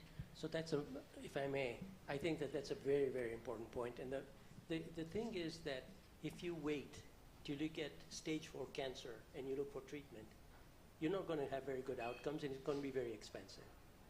We need to do interventions very early in life, and this is the key. Because we have learned, unfortunately, we have adopted our mental health understanding and our treatment approaches. We have actually inherited them from from Great Britain or from America, it does not necessarily apply to the context we are in. They have lots of psychiatrists and psychologists, but we don't. A lot of our population is in the rural areas where there is even less access. So we don't need to look at the top of the pyramid. I look at mental illnesses as a pyramid. You look at the very top of the pyramid, which is like severe mental illness. Okay? You need to have a specific kind of treatment for that. But if you go to the bottom of the pyramid, this is a big chunk of population, majority, that don't have mental illness, but they're at risk. You find out who is at risk. Can we do interventions at the community level, education, training, mindfulness, whatever we need to do. And then people who are mildly ill, moderately ill, or severely ill. So I think that we here in our geographies need to focus much more at the bottom of the pyramid. And I'll give you one example. In similar populations in northern Pakistan, we tried an intervention using not a psychologist or a psychiatrist, but a community health worker. And just like, you know, we had this Uber where technology, where if you wanted to be a cab driver, you needed to know the city inside out and own a car and stuff like that. Here comes an app that says, no, you know, you can use your car. You don't need to know the city inside out. We'll tell you.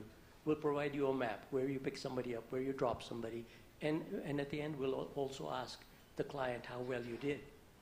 All this through an app. So we said, why not for mental ill health? So we developed an app, which is called M-Parishan, that means in distress. This software helps you do the screening at the door, at the remote areas. We're talking about right in the cities, in the remote areas, where these workers go door to door. They can do a screening, and so immediately they know who's in need and how acute the need is.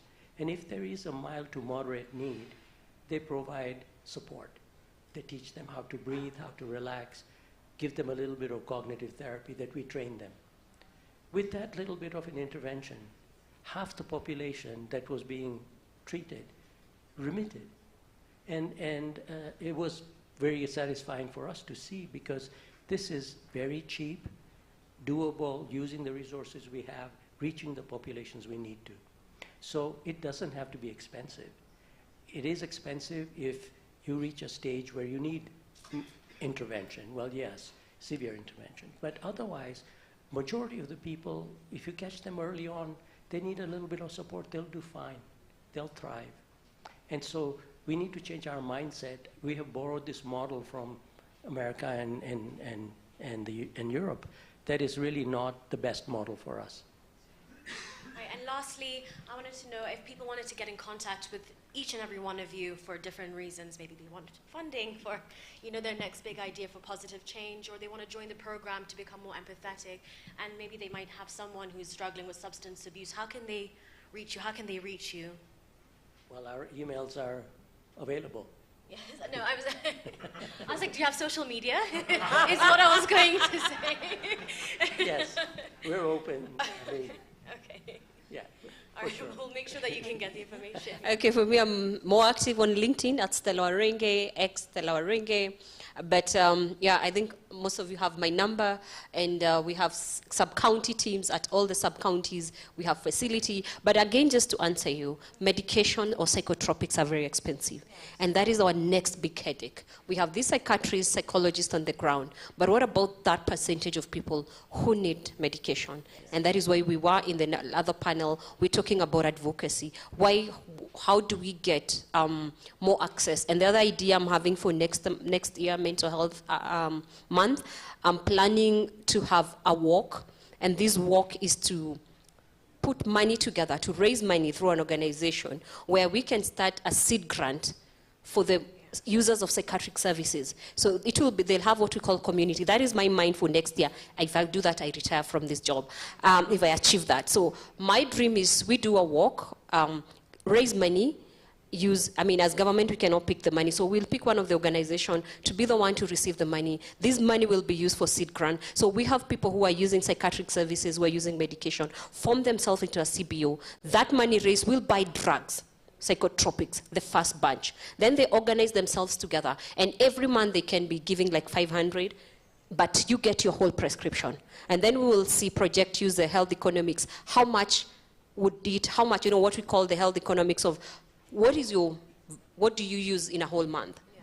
So if you have a supply for 6 months, will you have given 500 enough to continue giving you the money? So that's the model we're using, because the honesty truth, please don't record these. Resources are never available. It's only HIV, TB, malaria. That is it, where we have free drug because of the global funding. But when you come to the non-communicable diabetes, hypertension, the community pharmacies have worked for a diabetes clinic. I want to try it for our mental health clinic. So I'm inviting you, please come on board. Let's do this together so that we make people like you have access. You can imagine you're working. What about that woman? And especially for PTSD is one of the most I've seen very expensive. So that is the mind we're having, the dream, so that we make sure that person at Mukuru, that mother with an 8-year-old who has severe depression, they are able to access their drugs. And the other challenge why I thought of this is because we have children in our clinic who are in boarding school. So when they're going to boarding school, they need to have all their medication. So if you have a community pharmacy, we're able to give them for the whole term, or even when they come to midterm.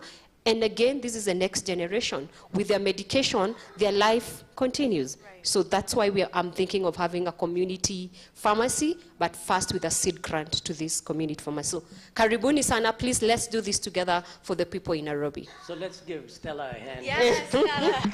If you want to get involved, please talk to Stella after this. And we will join your walk. Oh, yeah. Thank you. Let us know when it is. And we'll not just walking, but money also. Yeah. Thank you so much. And how can someone maybe reach out to you with their big idea? Yeah, no problem. I mean, you can definitely contact folks at Shamiri, but the website is just agency.fund, so you can see us there. And then my email is very easy, paul@agency.fund. So thank you. And as for me, you can find me on Capital FM from 10 a.m. to 2 p.m. So Paul, thank you so much for this important conversation. Thank you so much. Yes.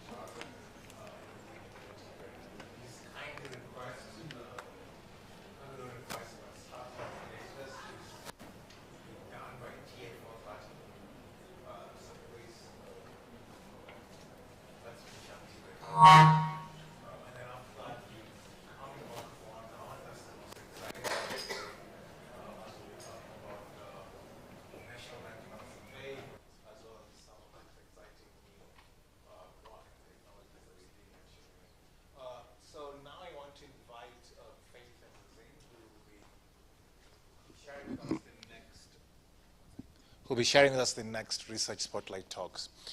So for these talks, there are two things that we're going to be thinking about. So the first is on this idea of emerging stresses. So climate change, post-COVID-19, political instability, not just here in Kenya, but around the world. COVID-19, inflation, etc. So how is that affecting mental health? And why are young people seeking or not seeking help? So, Faith, welcome.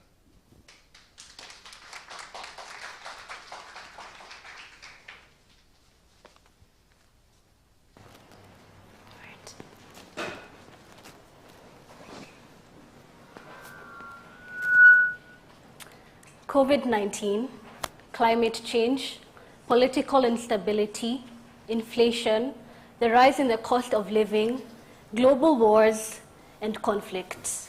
These are all stresses that the youth have had to face in the recent past in our changing world. And so today we're asking, is life becoming overwhelmingly stressful for young people? So let's begin with political instability and social stress. Globally, we have been witnessing more and more political unrest, and Kenya is no exception. Last year and this year, for example, we witnessed the aftermath of the elections that left us in political strife. The Maandamano protests, for instance, led to not only disruptions in the day-to-day lives of young Kenyans, but also led to lasting mental health impacts that they are dealing with to date. So while the youth may not have been direct victims of the political violence, they were still exposed to it through social media and news channels. And this exposure led to increased depression and anxiety symptoms. That is because exposure to this violence can lead to post-traumatic stress disorder, PTSD. And indeed, we found that a concerning 42% of our youth had elevated trauma-related symptoms. And this underscores the vulnerability of the youth because they're at an age where they're still learning and developing coping strategies that they need to deal with these stresses. And PTSD in the youth can manifest in different ways. It can affect their education, it can affect their social lives, as well as their emotional well-being. And so that underscores the need for early intervention and early detection so that we can come up with the strategies that they need so that they can cope with these challenges and lead healthier lives. So now let's talk about COVID-19 and the lasting mental health impacts that it is having, which was something that was mentioned a bit earlier. So COVID-19 brought on different challenges for youth. It affected their education, it affected their family stability, as well as the economy. And while COVID may seem to be in the past and may no longer be something that is on the forefront of our minds and our day-to-day lives, its impact is still evident. We found that the youth had increased anxiety and depression that was related to COVID. And this is something that we need to find out more about and see how can we support the youth. Another concern that we have and that the youth are facing is climate change. Climate change is not just an environmental concern. It is a psychological concern as well. This is because the effects of climate change, like the extreme weather events, like droughts and floods, they not only lead to environmental impacts, but they also lead to psychological challenges because of how they disrupt communities, they affect food stability, and they also lead to effects on the economy. And more, the youth are realizing how their futures are tied to climate change. They know that the world they live in is tied to their futures. And so even as we think about climate change, and we think about what can we do about this problem, the effects and the solutions that we come up with need to not only be environmental action, but also psychological action that will help them to deal with these stresses. And finally, let's discuss the cost of inflation and rise in the cost of living. So as we all know, many people are having financial challenges at the moment due to the rise in the cost of living. And while this affects adults, it also affects the youth. The youth have not been left behind in these stresses. And when we talked to young people, we found out that one of the biggest challenges and one of the biggest stresses that they are facing currently is the issue of school fees. They are wondering, how will I pay for school fees? How will I remain in school? And this issue is best highlighted by one of the students that we spoke to. And this student said, school fees is a big problem. A lot of students are struggling to pay fees, and when they can't, they stay at home. There are several smart students who can't afford to go to school. They end up wasting their lives away in the slums. Some start abusing drugs to deal with the stress. And so to answer the question that we began with, yes, life is becoming overwhelmingly stressful for young people. However, we can come up with the support strategies and interventions that they need that will give them hope, that will give them resilience, so that they can not only cope with the challenges that they currently face, but they can also live healthier and happier lives. Thank you.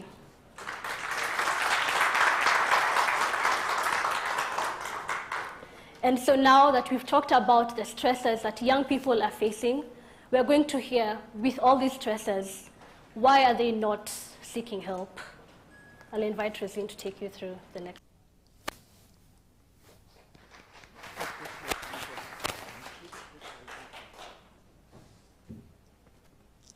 Greetings, everyone.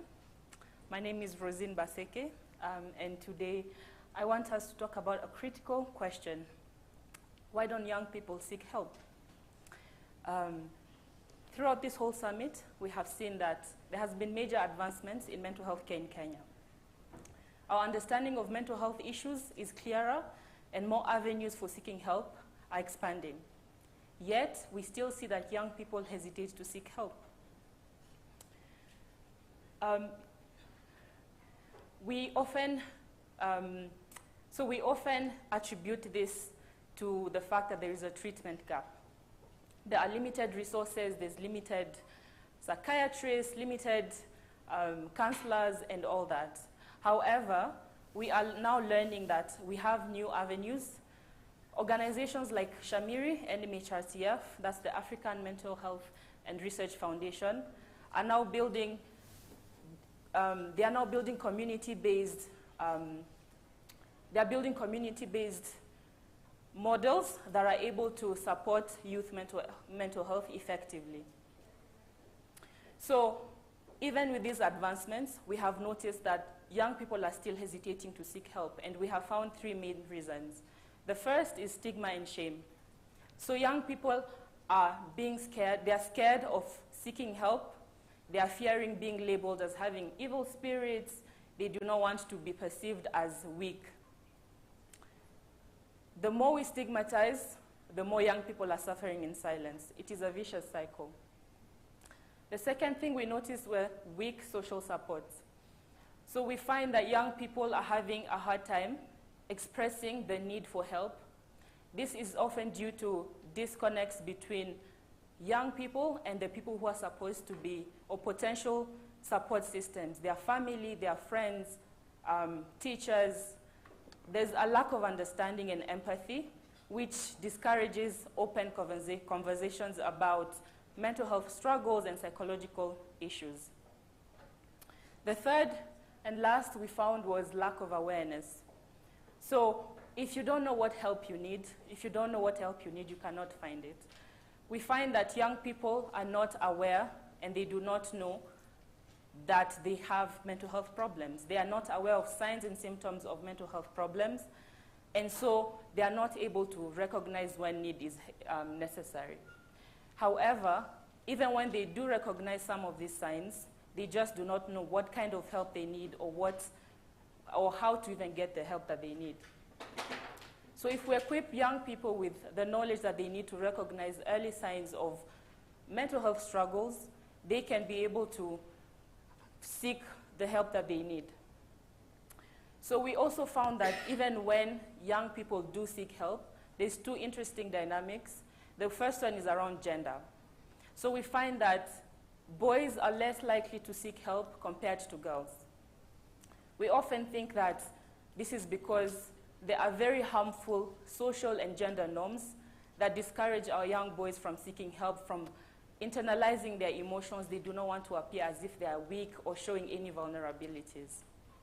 We need to think about ways of encouraging young boys to seek help.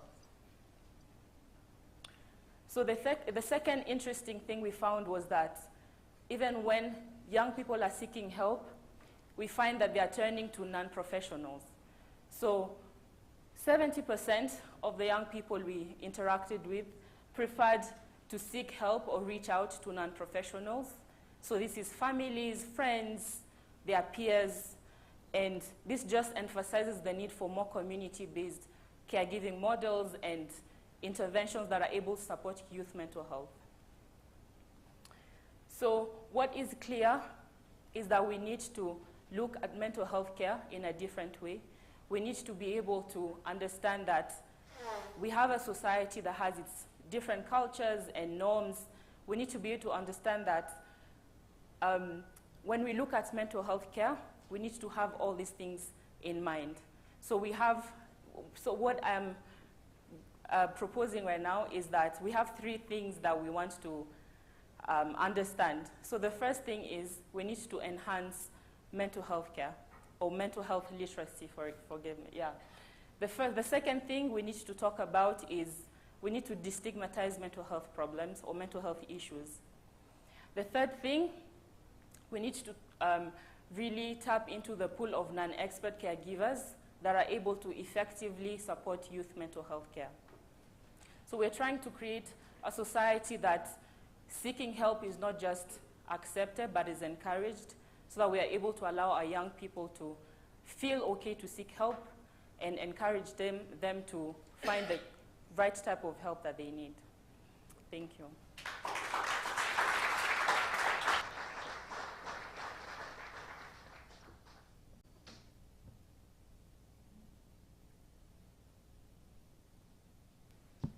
Hi everyone. As you can maybe tell from my accent, I'm English, and 4 p.m. means tea time. So we have tea in the atrium, and I hope you use the time to meet some new people that you haven't met yet and reflect on all that's been discussed so far. And we'll be back here for the launch of our Shamiri's white paper at about 4:30. So if you're able to congregate back in the auditorium by then, we'd really appreciate it. So yeah, tea just outside.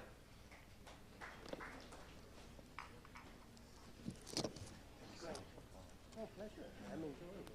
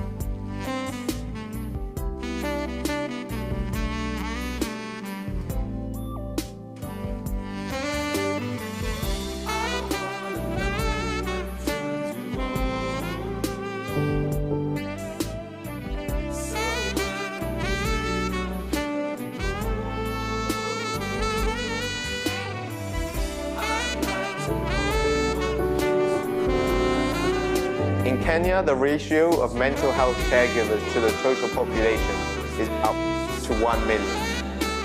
Specifically about youth, there are only 2 child and adolescent psychiatrists in the whole country. Given that caregivers for the most part live and work in urban areas, it makes it particularly difficult for youths living in rural and peri-urban settings to access the care that they need. This leads to mental health issues becoming more and more widespread. Rarely do you see schools, mental health professionals, and even treatment plans working together in a well-coordinated way to help alleviate mental illness symptoms. Shamiri means thrive in Kiswahili, and our mission at Shamiri Institute is to provide accessible and effective mental health interventions to enable young people to thrive. Over the past 5 years, we have developed and tested Anansi, a tiered lay psychotherapy model that allows youths to access quality care.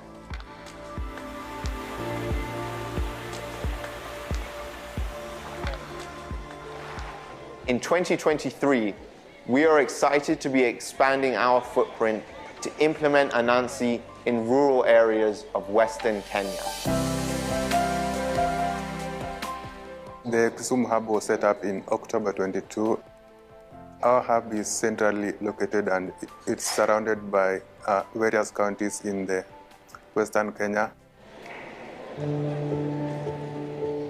I find that most of we rural people are very disadvantaged in terms of such programs, which are majorly found in urban areas, but they're also equally important to us.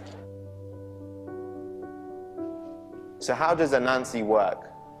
The first element of Anansi is the Shamiri intervention, a simple, brief, group-based, and stigma-free program delivered in high schools that has been shown to improve mental health by reducing depression and anxiety symptoms. The intervention combines 3 character strength components. The first teaches youths to adopt a growth mindset. So a growth mindset helps to instill the notion that personal attributes are actually malleable and can improve through effort rather than being fixed. The second component is developing the practice of gratitude in young people. So encouraging youths to find things to be grateful for in their everyday lives. In rural contexts, young people can often struggle to identify things to be grateful for and to appreciate. And this component of our intervention aims to turn this around. Finally, we help youths to identify their personal values. These are the foundational pieces that young people can draw on for decision-making when faced with challenging circumstances, as youths often are as they navigate through high school.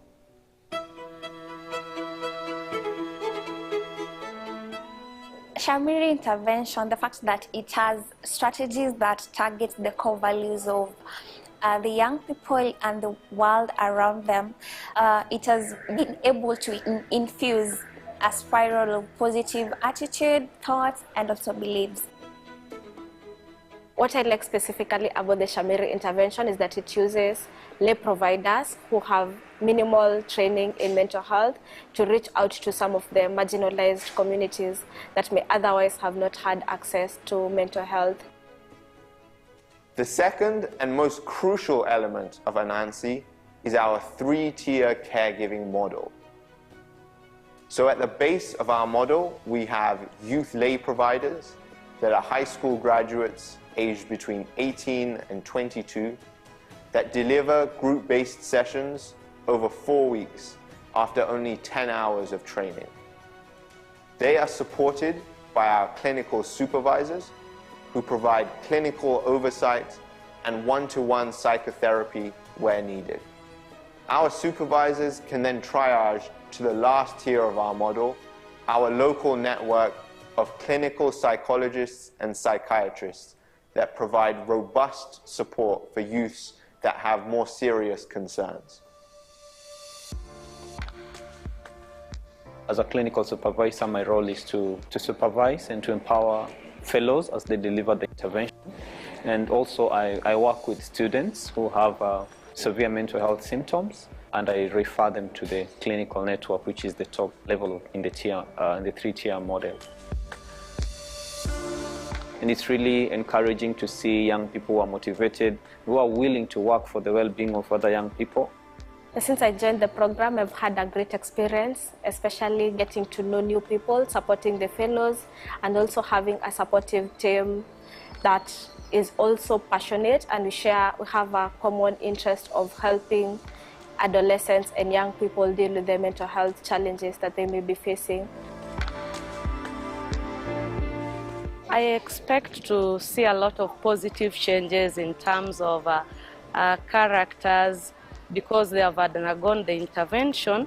I know they have acquired some of the positive characters that may be expected in them, and I believe that it will also help them to handle the daily issues that they may be meeting and also know how to solve them. And because of this intervention, their performance, I also expect it to improve greatly. For a student that is taking this program, the Shamiri program, the future is big. So we rural students may also find the great advantages that other urban students find. The work that we've been able to do in Kisumu wouldn't be possible without the backing of the Wellspring Philanthropic Fund. The fund promotes the effective advancement of human rights and social and economic justice for all. Our work in Kisumu adds to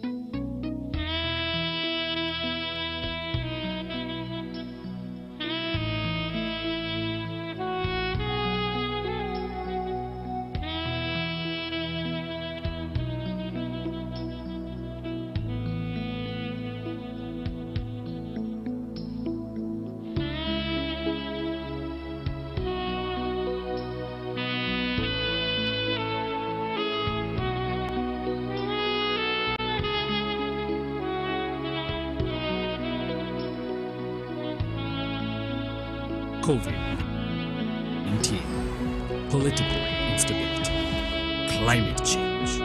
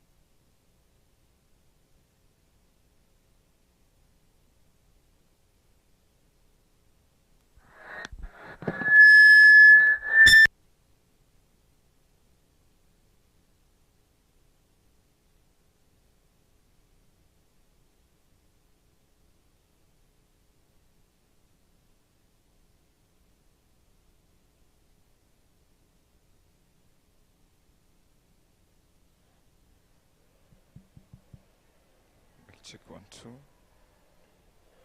Mic check 1 2.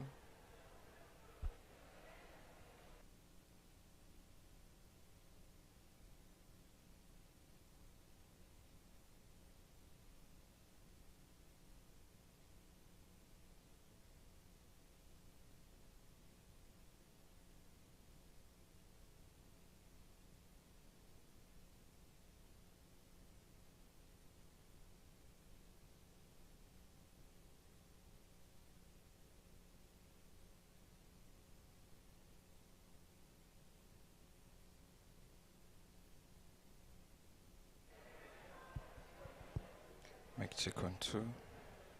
Mic check 1 2. Mic check 1 2.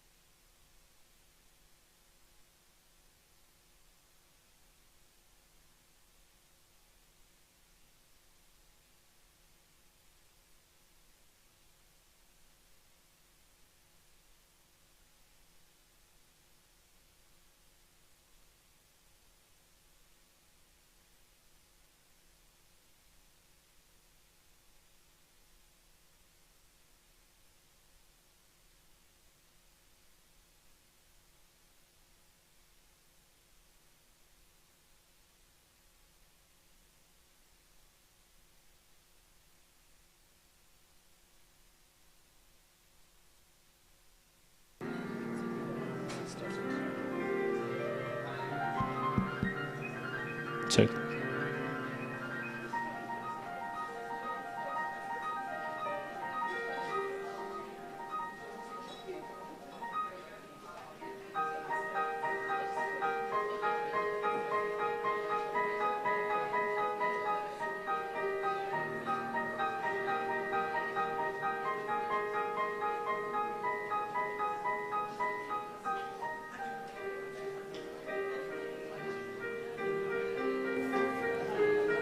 There's a video playing next, and then we'll start.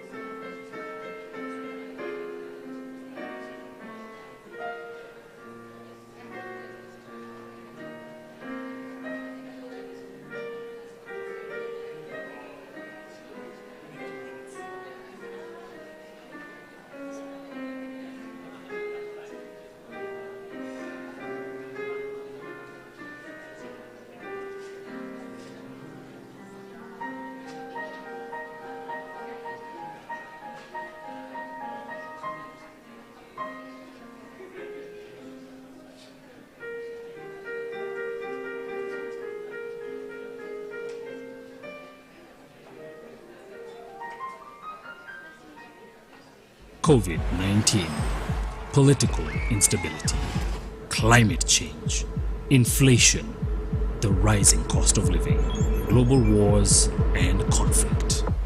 Has life become too stressful for millennials?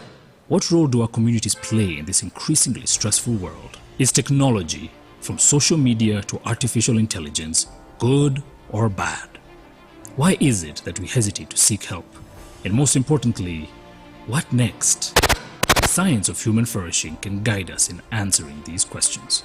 It guides us towards understanding the true potential of our collective well-being, enabling us to envision a future where stress and uncertainty can be replaced with resilience and optimism.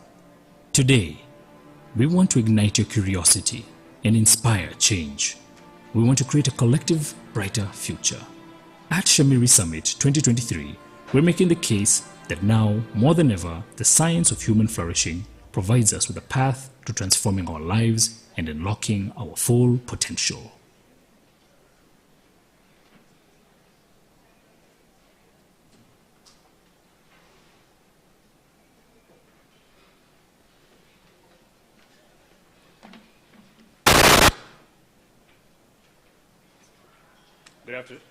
Good afternoon, everyone.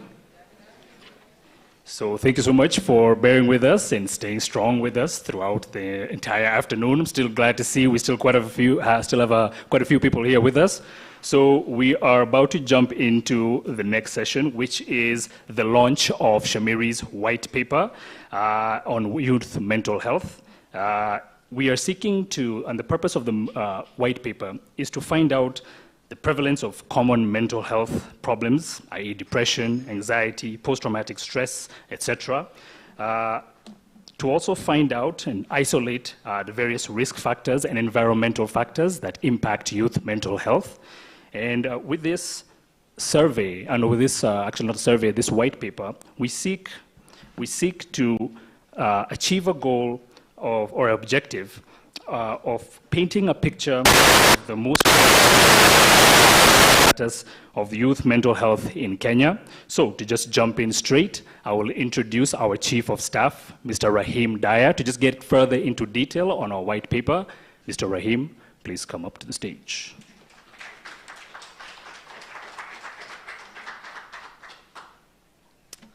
Hi everyone, for the third time. I'm delighted to be here on behalf of all of my fellow Shamirians to launch Shamiri's first white paper, which is entitled Bridging Gaps, Building Futures, Charting the Mental Health of Kenya's Youth. Our white paper focuses on the findings from the largest ever mental health survey of youth in Kenya. The survey, which we've done in partnership with the African Mental Health Research and Training Foundation, the French Development Agency, and Templeton World Charity Foundation, was with high school students across 4 counties in Kenya and reflects the youthful demographic not only of Kenya, but of the broader African continent. Now, I want to take you through some of the highlights of this comprehensive approach that we've taken to capture data on depression, anxiety, socio-cultural factors, school environment, digital usage, and economic factors impacting young people's mental health. Our white paper outlines critical areas of concern, which include the high prevalence of depression and anxiety symptoms among Kenyan youth, with a significant number displaying severe symptoms. But we have also found that there is a crucial role of social support within Kenya's community-centric culture, and adverse effects of challenging family dynamics on youth mental health. The high enrollment in secondary education, as some of you know, 50% of the Kenyan population is under the age of 20, is a significant influence on mental health. Factors like student-teacher dynamics and bullying are critical in the development of mental health issues.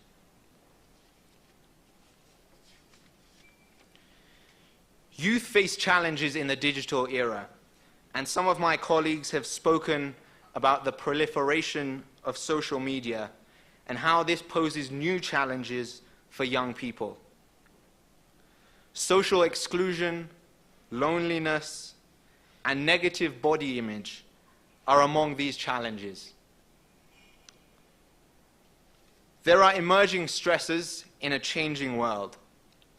These include global stresses, climate change, global inflation, and local stresses like political instability. These stresses only exacerbate already heightened levels of depression and anxiety.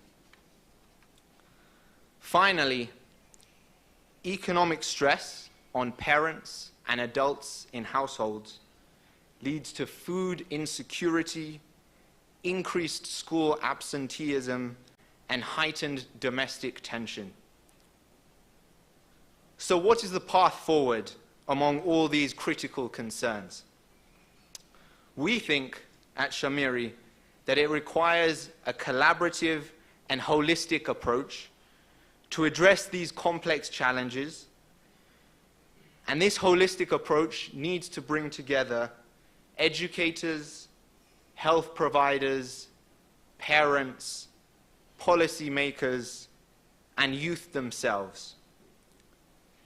Investing in mental health is not just a health imperative, but it is a societal imperative, and one with the potential to shape the future of an entire generation of young people.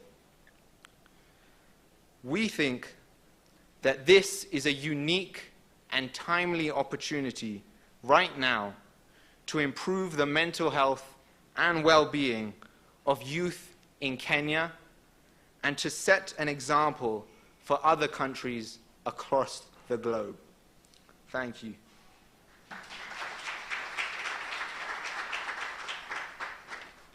Thank you very much, Rahim.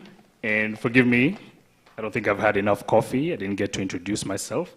My name is Caleb Kiarie. I'm the Director of Government Relations at Shamiri Institute. And now we're going to get into a brief plenary discussion. And I would like to first and foremost call on our researcher, Brenda, come join us on the stage. And also up to the stage, I'd also like to call our resident government expert in policy matters at the Ministry of Education, the Deputy Director and Head of the Wellness and Counseling Department at the Ministry of Education, Madam Charity Minor. Please join us up.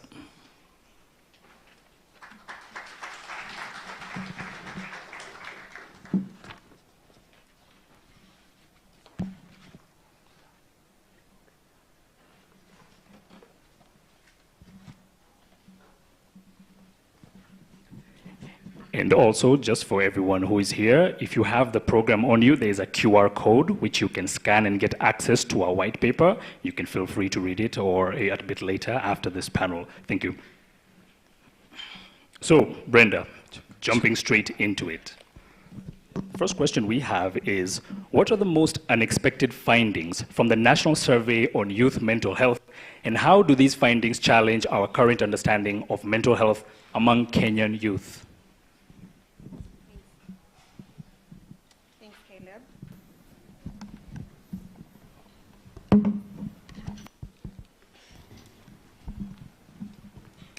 Yeah, I think Rahim has already mentioned some of the findings from our mental health survey this year.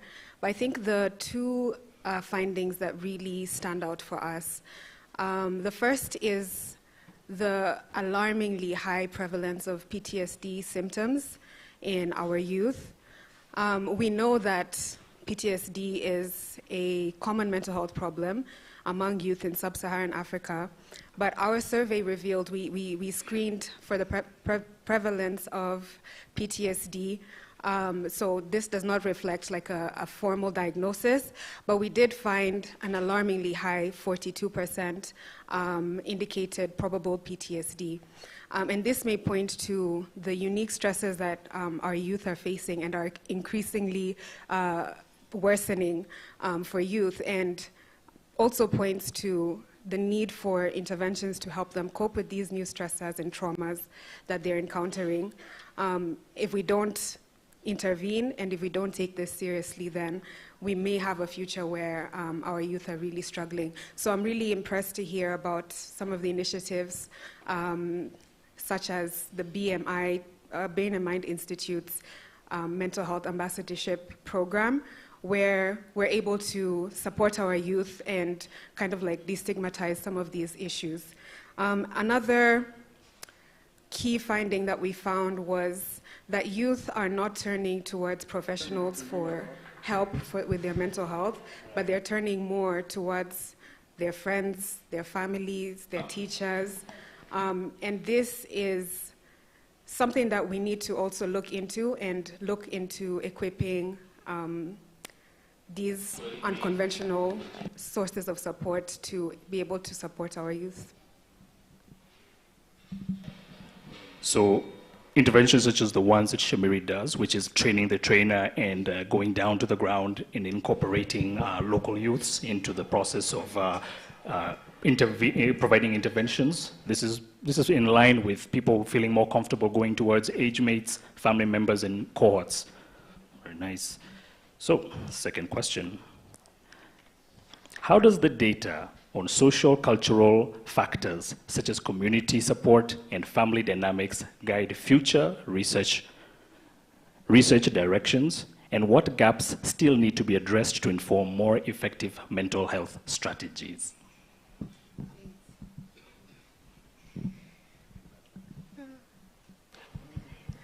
Yeah, I think we also spoke about how family dynamics can impact youth's mental health.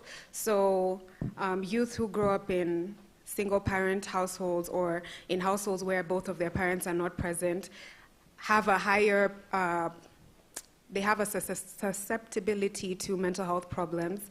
But what we don't know is what happens in cases where like both parents are not present. What is the role of the extended family? You know, and this is a question that we need to ask ourselves, like, can the extended family play a role in cushioning the effects of not having both parents in the household? So that's one area. Another thing is our survey focused on school-going youth only. And this is the majority of youth. Most youth are attending schools, but we don't know the picture of mental health for those who are not in school. So that's also an area that we need to investigate. There's a big mystery there that we need to delve into as well. On the policy side, Madam Charity. On the policy side, Madam Charity, given the findings of our white paper, what are the immediate policy actions that the government is considering to address the mental health treatment gap among the youth? Yeah, thank you, Caleb. As a government, we are aware of, as per now, what is happening among the youth. It's of great concern. And this we have identified in line with what the white paper came there about and the survey they have done. It is rhyming with our daily experiences in our areas of expertise, that is in our wellness units, that most of the youth, they are not ready to come for treatment. They are not ready to reach out. So what we can do is, as the survey has indicated, is incorporate the mental wellness, treatment, the screening, and the referral into primary health care system. And this can go into ensuring that we get returns for our investment in our children. That is what I can talk about as per now. Absolutely. And do you see, as what Brenda has mentioned, the importance of incorporating the communities in bridging that gap, in that our youth are having a hard time speaking out and talking, and we need novel approaches, such as various organizations such as Shamiri undertakes, to target them and to get them to open the doors of their hearts to discuss these matters and the maladies of the mind? Yeah. When we look at the issue mental health, this is not something that can be done by one organization. It requires partnership and collaboration, like what Shamiri is doing. And this can go a long way into identifying the areas each organization is good at, the expertise. And at the end of it all, we are going to reach out to the youth and ensure that they enjoy the optimal health in their areas. Wonderful, thank you so much. Second question to you. How do the economic implications of youth mental health inform the prioritization of mental health in the national health and economic planning, just as we had discussed in the workshop earlier? Thank you, Kiarie. When I look at the investment case, 2022 by the government of Kenya through the Minister of Health, we are losing so much, 62.2 billion into treating the mental health conditions. So when I look at the economic implication of the illness, it means that we have to be smart enough to come up with the strategies to ensure that we promote the health before we reach into the area of treatment. So we invest in campaigns, we invest in training the manpower, our healthcare givers. We can even have the lay professionals to come and help in identifying and referral to the expertise, to the psychiatrist, to the counselors. Let's look at the economic implication. And I want to inform the panel that we have a strategy with the government that we are training now, and we are almost to 600 the lay caregivers we are calling mental health champions in government ministries and departments and sagas to identify their colleagues who are suffering, who are going through these mental issues, and refer them to the expertise treatment. Thank you. Thank you so much, Madam Charity, especially on that point of lay caregivers. I'm very happy you're mentioning that because it's showing there's congruity between what the government is doing and various organizations such as Nivishi and particularly Shamiri Institute. We also focus on the lay caregivers, and so we appreciate that relation. On to our Chief of Staff, Mr. Rahim Daya. From your perspective, from an implementation standpoint, and having led Shamiri's implementation with over 30,000 students this year, what are the key challenges in translating white paper recommendations into practical, on-the-ground mental health services for Kenya's youth? Yeah, it's a complex question. But just picking off of what Madam Charity was talking about around the economic investment case, I think that's where things need to start.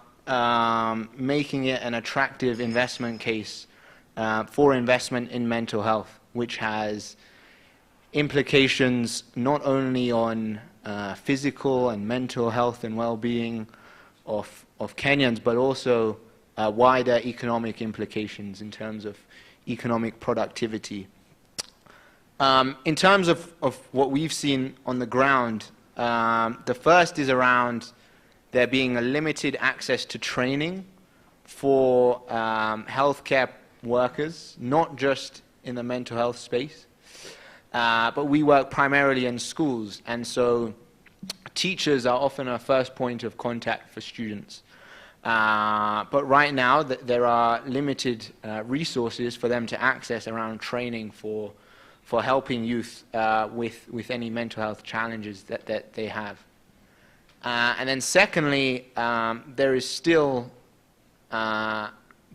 long-standing stigma associated with mental health. And this prevents youth from accessing services, particularly when those services with traditional psychotherapists are often expensive and not accessible for students, particularly in rural populations.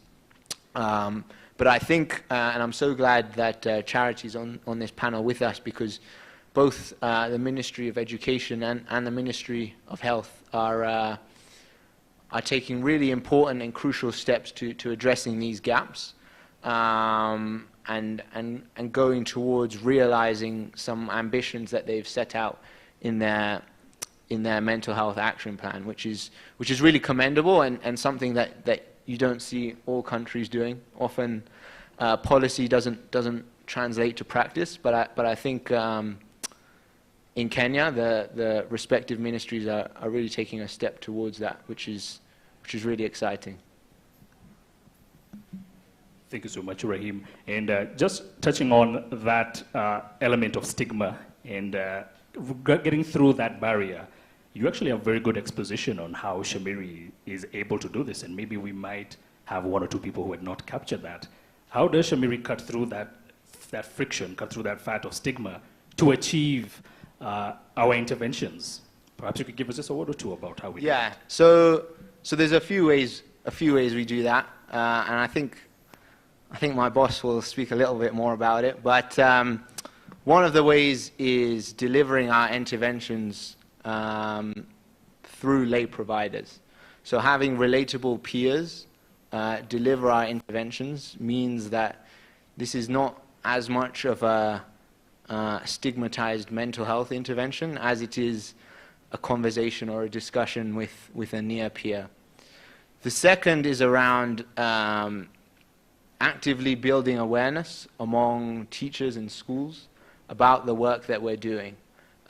So before we work in any school, before we have our intervention run in any school, we have a session with all the teachers in schools to kind of explain what our intervention's about, what are some of the potential benefits that students stand to gain from our intervention, and really explaining why we're there as kind of outsiders. And then finally, something that we're working on and hoping to launch next year is our Shamiri Academy. And so this will be an online platform accessible for those interested in mental health, building a career in mental health, but also for the general public to learn and to gain mental health awareness about what are some of the challenges that young people face, adults face, different vulnerable communities, and what are potential resources to access help for challenges that they may be going through. So those are a few ways that I think Shamiri is making a small contribution to tackling the stigma around mental health. Wonderful, wonderful. And so just congratulations to the Research and Insights team for great work, and also a great big thank you also to Ministry of Education for your contribution throughout this entire process. We're very thankful. And so, ladies and gentlemen, that is the end of this session. Thank you so much. Thank you, thank you.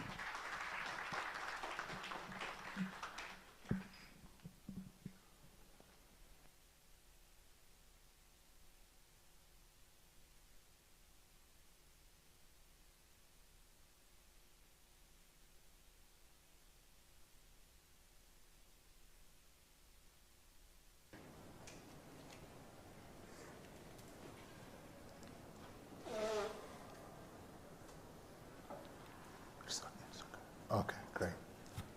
Cool. Yeah, but this is, one of the things we're most excited about. So like over the next 15 minutes before we wrap up, I'm just going to share with all of you some of the exciting things that we are working on here at Shamiri, as well as, kind of what our vision for the next 1 year is. So I'm really excited about this part of the day, and I hope you'll all leave here also equally excited and inspired by the work that we're doing here at Shamiri.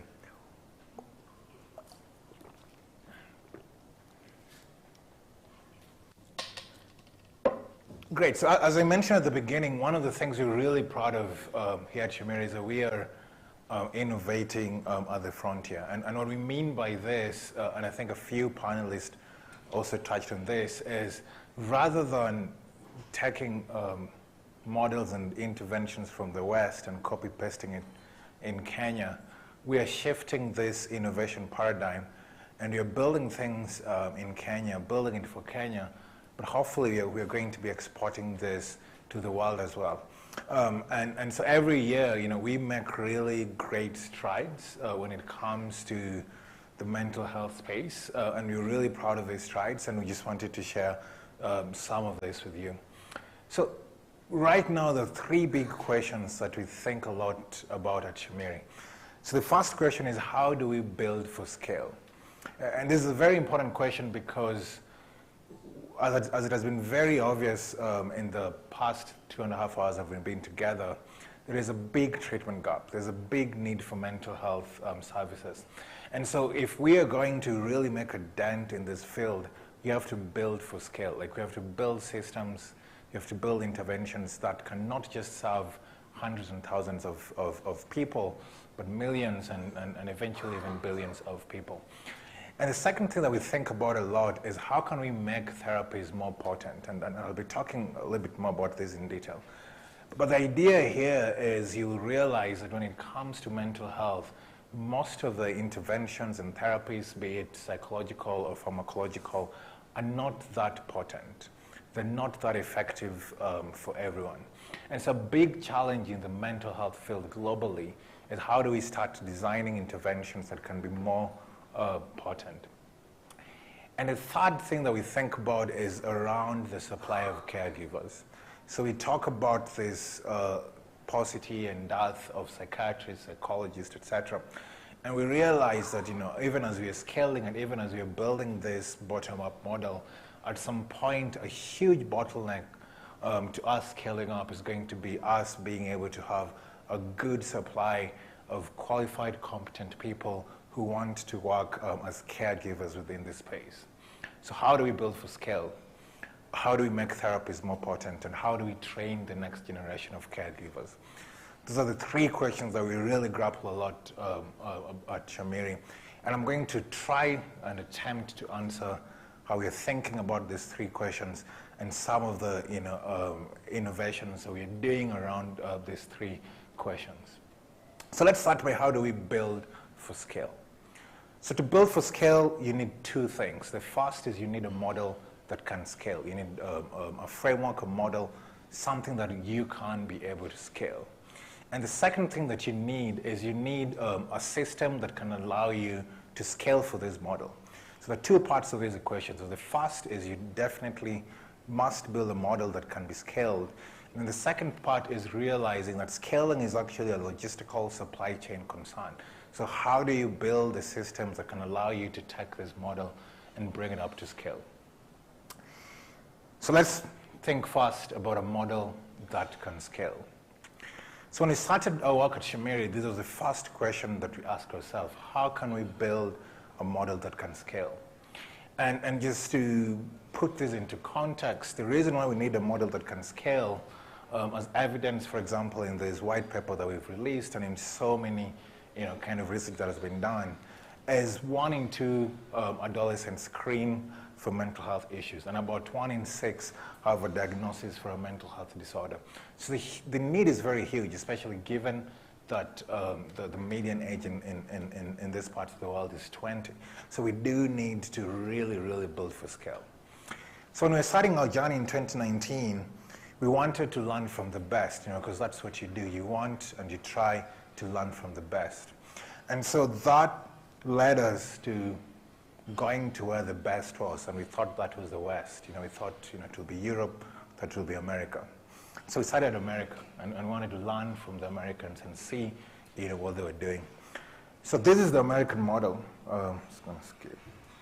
The American model currently costs, on average, $2,400. So if you're depressed in America, you spend, on average, $2,400. The American model, on average, lasts 12 weeks. What I mean by this is if you go to a psychologist, you have to attend one-on-one sessions for at least 2 weeks. The American model is one-on-one. It's very isolated. It's not group-based. Therapy is something you go to a facility for, and you have this one-on-one relationship, with your therapist. In the American model, you need at least a PhD psychologist or an MD psychiatrist who has been trained for at least 10 years to be able to deliver care. So you can see that we have a problem here because we cannot replicate this American model in Kenya. We cannot because we don't have $2,400. The GDP per capita is about $2,400. We cannot replicate this because we don't have enough therapists to do one-on-one session. We also don't have 12 weeks. 12 weeks is a lot of time, and we have the daily hassles of life that makes 12 weeks really hard to replicate. And obviously, we don't have enough PhD psychologists, and we don't have enough psychiatrists. So we realized that we needed to do something different. We needed to come up with a different model that could work in our context. And so we came up with the Shamiri model, and I'm going to talk to you about how the Shamiri model works. So as we were coming up with the Shamiri model, we looked at the literature, and we looked at the context around us, and we realized that there are actually 3 very simple ideas that we could use to build this model. And the first of this idea was community. And what I mean by community, and has been emphasized in a lot of the spotlight talks today, community is the core of mental health. When we are struggling with a mental health problem, often it's our family, it's our friends, and then it becomes our church and our schools and our mosques, etc. The community around us is the first level and the first barrier of caregiving. So we realize that actually the model that we have currently for mental health, which is not within the community, maybe is not appropriate for this context. And so if you wanted to build a model, we needed to build it around the community as a center of caregiving. The second idea, and Professor Zul will talk a little bit about this, is for most people who don't have severe mental health disorders, low-touch therapy, and by this I mean very simple, brief interventions, can be as effective for them. So you can imagine, as the professor said, you have a triangle or a pyramid from mild, moderate, and severe mental health problems. And for most people with mild to moderate mental health problems, they actually don't need to see a one-on-one psychologist and don't need to be put on meds. And there's this intervention group called low-touch therapy that can be really effective for them.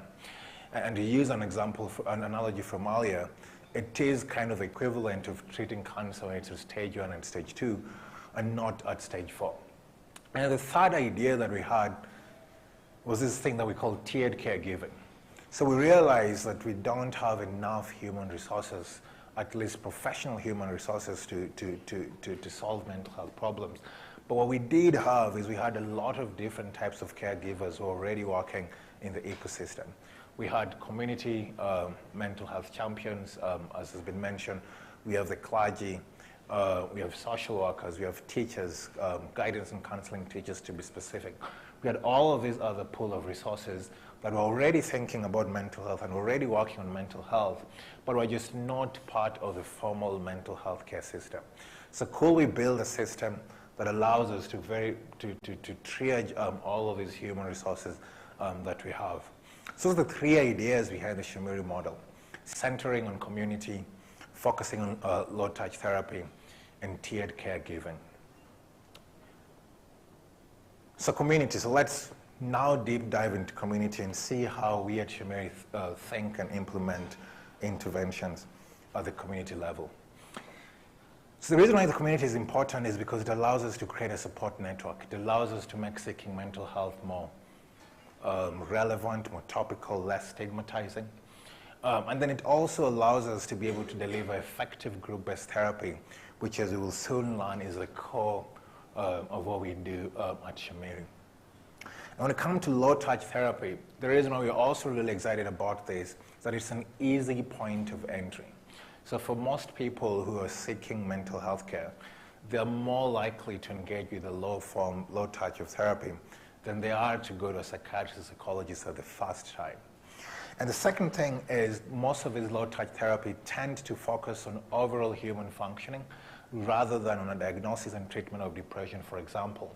And this allows us the opportunity to begin to avoid stigma and to begin to increase help-seeking attitudes amongst people. And the third thing about low-touch therapy is it's low cost. It reduces therapy, which currently is 4,000 shillings per hour, to as cheap as 100 or 200 shillings per hour. And we also know from the research that it can be effective. And finally, tiered caregiving allows us to task shift. And this is now the WHO recommended approach for mental health caregiving, where you're moving the task from the psychiatrist and the psychologist and you're shifting it to lay workers, lay professionals, etc. It also allows us to be able to give appropriate care. So we figure out if someone has mild, moderate, or severe depression, for example, and then we can assign appropriate care depending on that.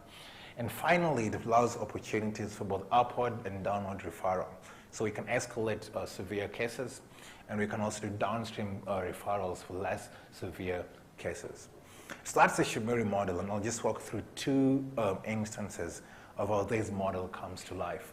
So the first is the work that we do with adolescents, and in-house we call this a Nancy. But for this presentation, just think about it as a Shamiri model for adolescents. And so in this model, the school is our community. So we go and work in schools, and the reason we work in schools is the school is already a community with students, especially since most schools in Kenya are boarding schools.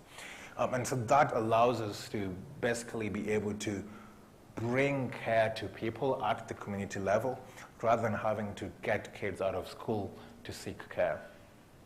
And the second thing that we do within this model is we train 18 to 22-year-olds as Shamiri fellows, and they go ahead and deliver effective group-based therapy within this school context. And the low-touch therapy that they deliver is a Shamiri intervention. And I'll just explain this to give us, kind of a flavor of what low-touch therapy looks like in practice. The Shamiri intervention, for example, trains kids to practice a growth mindset. It tells them to see challenges as opportunities for growth rather than as roadblocks and impediments. It trains them to use this framework of growth mindset around problem solving. So if they're faced with a problem, they can start and begin to see it from a growth perspective rather than from a deficit perspective. It trains them to practice gratitude, to see the things around them which are good, no matter how small. And finally, it trains them to develop a sense of purpose and to take value-aligned action. So as you can see, there's a very holistic techniques that don't require a diagnosis of depression, for example, and can be really used in a lot of various facets of our life. And finally, we have a tiered caregiving model that ensures that no one is left behind regardless of their symptom types. And so how this low-tier caregiving model works is at the base, as I've mentioned, we have this low-touch therapy that is delivered by the Shamiri fellows in groups. But often what you find is there are some students who have, let's say, moderate depression symptoms. And so you escalate that to the next level of care, which we call low-cost caregivers. And so these are folks who either are social workers or just have a bachelor's in psychology, but have some formal mental health training and can be able to do simple therapies like interpersonal therapy, cognitive behavioral therapy, behavioral activation, etc.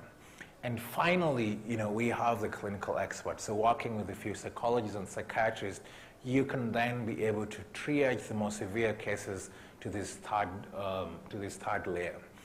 And so as you can see, this model really allows for upward referral, but also allows for downward referral of mental health cases. And so that's the Shamiri model, where we work in schools with lay providers doing group therapy within this tiered caregiving model. So if you're a student like Naftal, you basically sign up for this in your school. You join these groups and you learn about growth, gratitude, and values.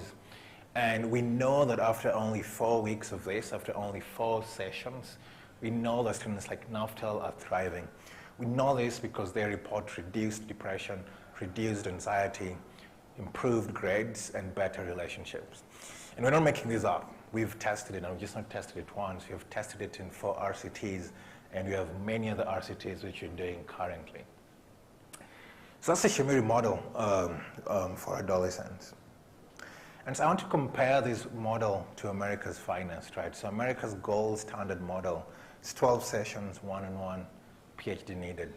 Kenya's simple solution is 4 sessions, group-based, and you only need someone with a high school diploma. So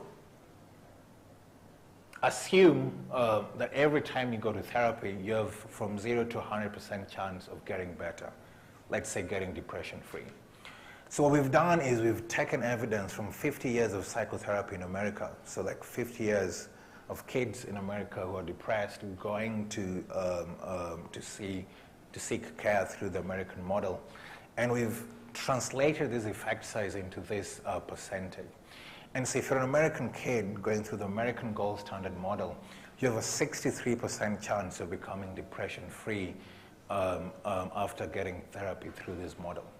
In Kenya, taking 3 years of the work that we have done at Shamiri, if you're a Kenyan student and you go through the Shamiri model, you have a 64% chance of getting depression-free. So we are really excited about this because our simple model is actually comparable to that of the US. And so we argue that if the American model is the gold standard model, then by equivalence, the Shamiri model is a gold standard model. And that is something that we are really, really proud of at Shamiri. So one question people... So one question people ask me is, how much will you pay? How much will you pay for gold standard care? At least we know in the US, and if we were to translate this model to Kenya, it will cost at least $2,400. Well, for us at Shamiri, as of now, it costs only $11. And so we are really proud of this because once again, we are showing that you can achieve gold standard care at a fraction of the cost. And that's something that we're really proud of to have done here at Shamiri. So that's the Shamiri model for adolescents, and it's in person, and it works, and you're really, as I mentioned, proud of it. And what we're trying to do now is we're trying to scale it because it's one thing to have a good idea, but you need to scale it. And we started scaling it in 2021, and since then, as you can see in the graph, we've moved from working with 2,000 students per year to now where we're working with 27,000 students per year. And one other thing which we did from 2022 is we're shifting the burden of doing not just from Shamiri, but with other partners. Because we believe that scaling and moving towards scaling will allow us to reduce this treatment gap. But we don't want to stop there. We want to reach 1 million youths over the next 2 or 3 years.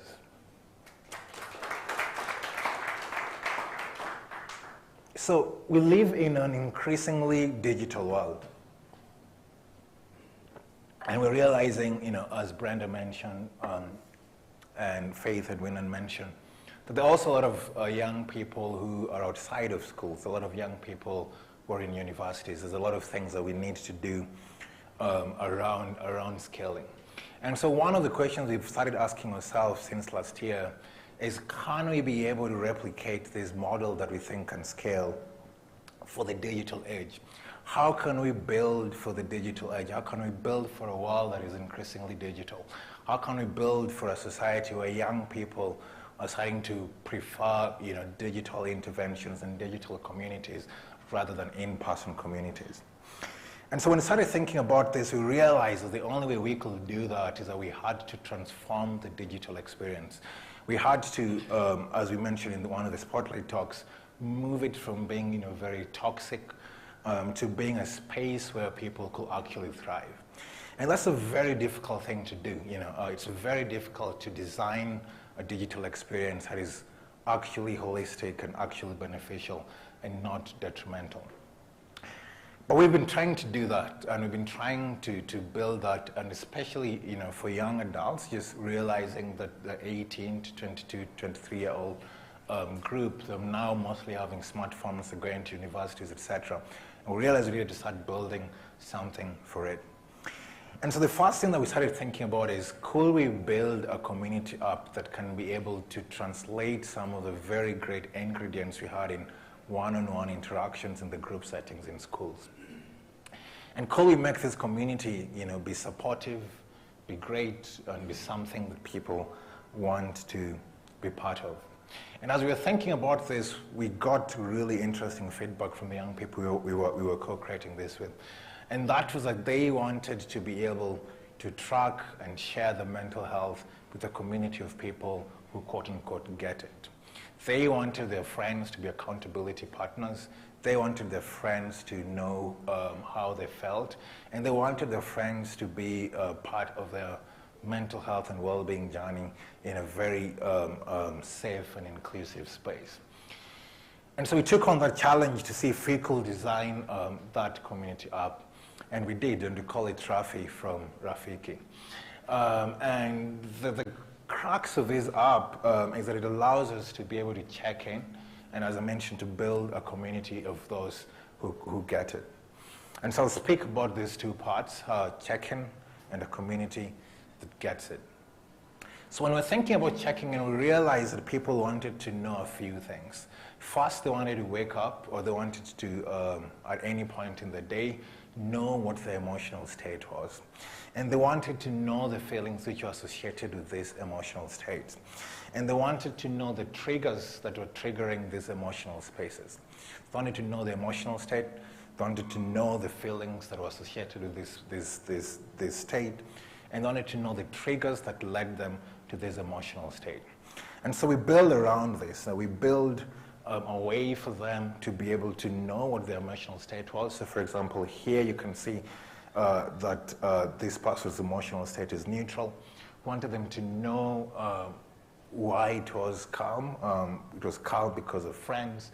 And we wanted them to know what they could be able to do kind of with this information. But then tying into the science of human flourishing, we realized there's another part of this check-in process that we needed to build out. And that was we needed to map our check-in with the 5 domains of human flourishing. We need people to know how they're doing, just not from their physical and mental health, but in terms of their life satisfaction, in terms of their social support, in terms of their motivation, etc. And so we built another part of this check-in process that basically takes all of these domains and gives you a score, which we call the Shamiri score. And so you can be able to then track how you're doing on these 5 domains of well-being, either on a daily or a weekly basis, but at least on a weekly basis. Yeah. And so that is the thing that we did around checking in. But as I said, people wanted not to just check in with themselves, but they wanted to share their well-being with others. And this can be a very vulnerable thing. How do you tell people that you're feeling low? How do you tell people that maybe today you're not as motivated, or you're not feeling the type of social support that you hope that you could? And we really grapple with this question and realize that art will allow us to have a medium that people could use to safely and securely express themselves. So we came up with a way that we could map people's emotions into art. So we came up with a model that mapped each of those 5 dimensions. Then we feed it into an AI-generated API, and it comes out with an art piece that you can share with your friend. So for example, you can turn this score 50 into this art piece, and then you can choose to share it with your friends. And so we found this to be a very fun way of making mental health less stigmatizing and really engaging with young people, and especially university students who care about mental health and want to build communities that they can share their mental health with. So that's how we went about transforming this digital environment.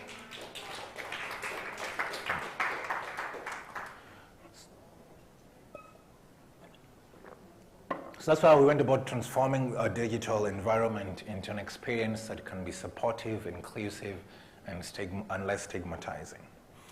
But that's just one part of the equation. We need to also build care on top of it. And so we've been doing that, right? And so we've added group therapy. And we've added group therapy in a way that allows you to do it both anonymously and non-anonymously, depending on your preference. And we've also added group therapy that is evidence-based, and we have a wide array that works for different people depending on what they need. When it comes to low-touch therapy, we've also done the same thing. But what we've really done, which we're really proud of, is we've been able to match our recommendations of the low-touch therapy with people's score. So it becomes really personalized. And so, for example, if you're struggling with motivation or with social support, you get access to a type of intervention that is really personalized depending on your scores. And I'll just walk you. So for example, for this guy called Jatieko, we have recommended 4 things for him, right? So he can either complete an affirmation exercise, like a value affirmation type of exercise, goal tracking, because he's struggling with motivation. Like, okay, maybe we need to help you track your goals. And also journaling. And also just giving him the option to ask a therapist a question about his mental health status. And so let me just walk you quickly through 3 of these type of low-touch interventions. So we'll start first of all by affirmations. And so the way we've talked about affirmations is first we've added therapist curated. So we've asked our therapist to basically design over 3,000 affirmation exercises for people to go through. But then we also allow users to create their own affirmations because they know what is closest to them more than we do. And as I mentioned, we also really, really personalize this. It also gives people the ability to share this with their community if they need to. So for example, here we recommend positive affirmations. And the person goes through the affirmation exercise and they can be able to share it with their friends if they want to. Same with journaling, allowing people to journal. And the 2 ways they can do that, right? So first is therapist guided. So the therapist guides them on how to complete the journaling exercises. They can also do it for their own if they just want to journal on their own. And we also because journaling is very, kind of private, we also give people the ability to further lock and really secure their journals because they're really, private and confidential for people. And we do the same, for goal tracking, allow people to set goals and to track them and to break it down. So that's one of the ways that we have done in ensuring that we bring low-touch therapy.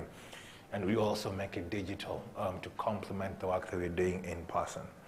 And finally, also with tiered caregiving, basically bringing this tiered model into the digital space. And this allows us to expand access, and it also allows us to be able to do in a more real-time way, more than we can in person, triage people based on symptoms and on severity. So they can talk to therapists, they can go to group session, etc., etc. And so we tested this over the last year with university students. I just wanted to highlight 2 things which really stood out for me during this test with university students. So first, we had a 62% engagement rate. So in the pool of university students who had access to the app, at least 62% of them used it. And the second, we found that especially for the anonymous care, 55% of people who sought help were actually male. So this kind of inverted the experience we were having with high school students and realizing in university students, because people can do this anonymously, men were more willing to seek help in that space. And we also did a trial and found that it also reduced depression, it also reduced anxiety, etc. And so this gives us a lot of confidence that we can also build for a digital age. And so that's the Shamiri model, and over the last 3 years, we've been able to do it in person, and we've also been able to do it digitally. So now we have a model that can scale, and next year we are planning to scale to 100,000 people in person and to 50,000 people digitally. So a model that can scale. And that brings us to the second part of the scaling question. We need a system that can scale. But when you think about a system, as I mentioned, is all about operations, it's all about logistics. It's less about the care. It's all about how do you make sure people have care when they need it? How do you make sure therapists get to schools? How do you make sure there is someone online when someone is calling? And so this is mostly a supply chain and a logistics problem. You cannot really scale if you can't figure out the supply chain and logistic problem. And then there's also a second part of it, which is a clinical problem, clinical logistics. What type of therapists do you match with who? And so what we've been doing is we've been building this thing that we're thinking of as Shamiri OS, like a Shamiri operating system that can be used for scaling. And it has two parts.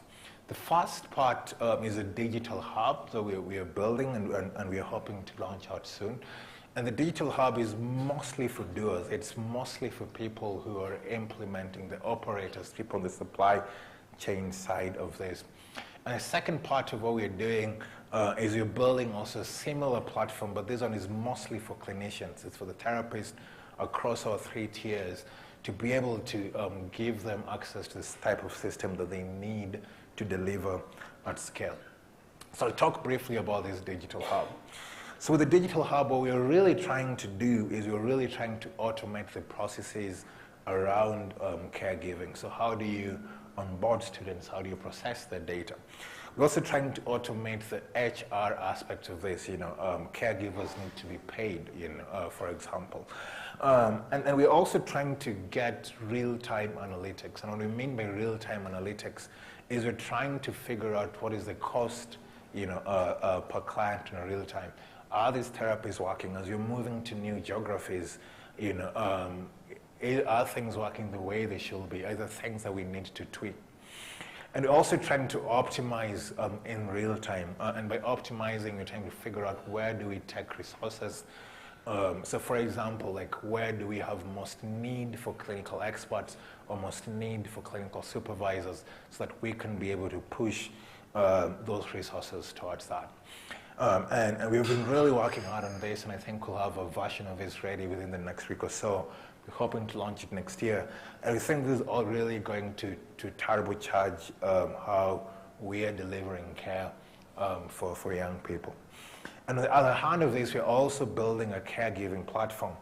And the idea here is to automate the aspects of caregiving. So if you're a caregiver, you need to have clinical notes. You need to have your assessments. Like you need to, if you want to record your sessions to be able to become better, you need a platform that can allow you to do that. And similarly, we want this platform to allow caregivers to also gain real-time insights and be able to adjust the type of care that they're doing depending on the data that they have. And so that is how we're answering this question of how can we build for scale. We think we can build for scale by having this Shamiri model, which we think is a very scalable model, and then basically building this digital infrastructure, which we're calling Shamiri OS, that will allow us to be able to scale and reach 1 million youths within the next 3 years. The second part of this big questions that we are thinking about is how can we make therapies more potent? So I talked about this graph, and we were really proud about this graph.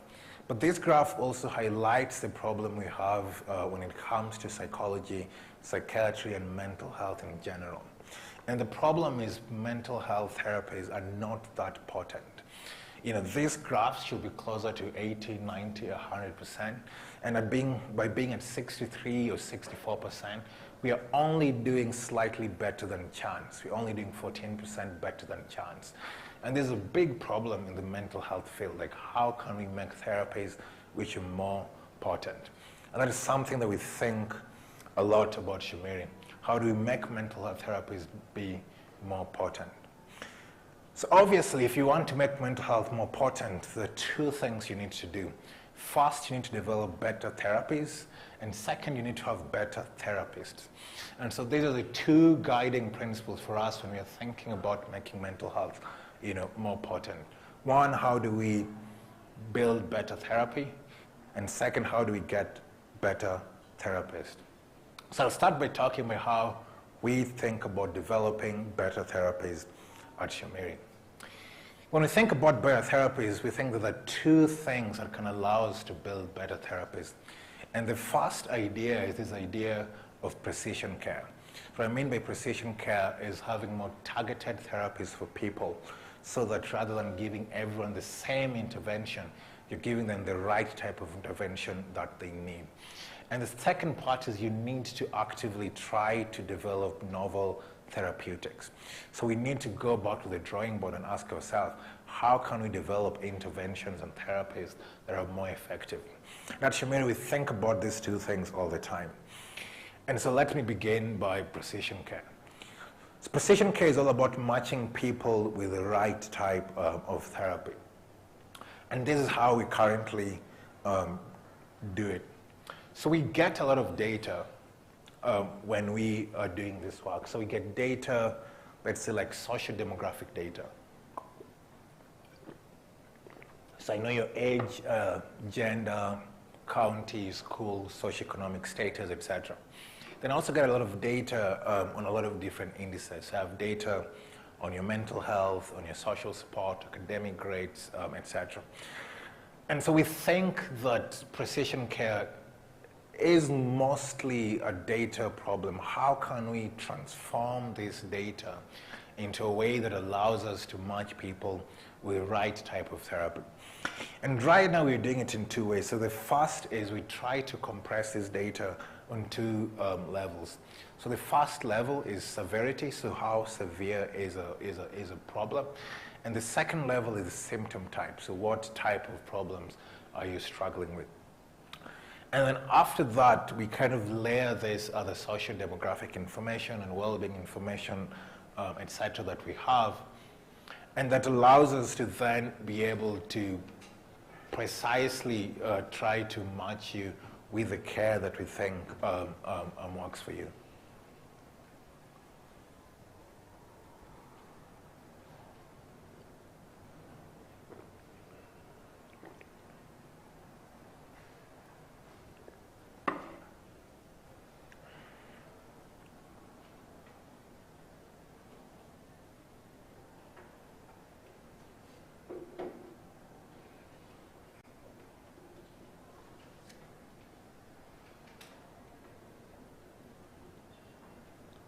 Great.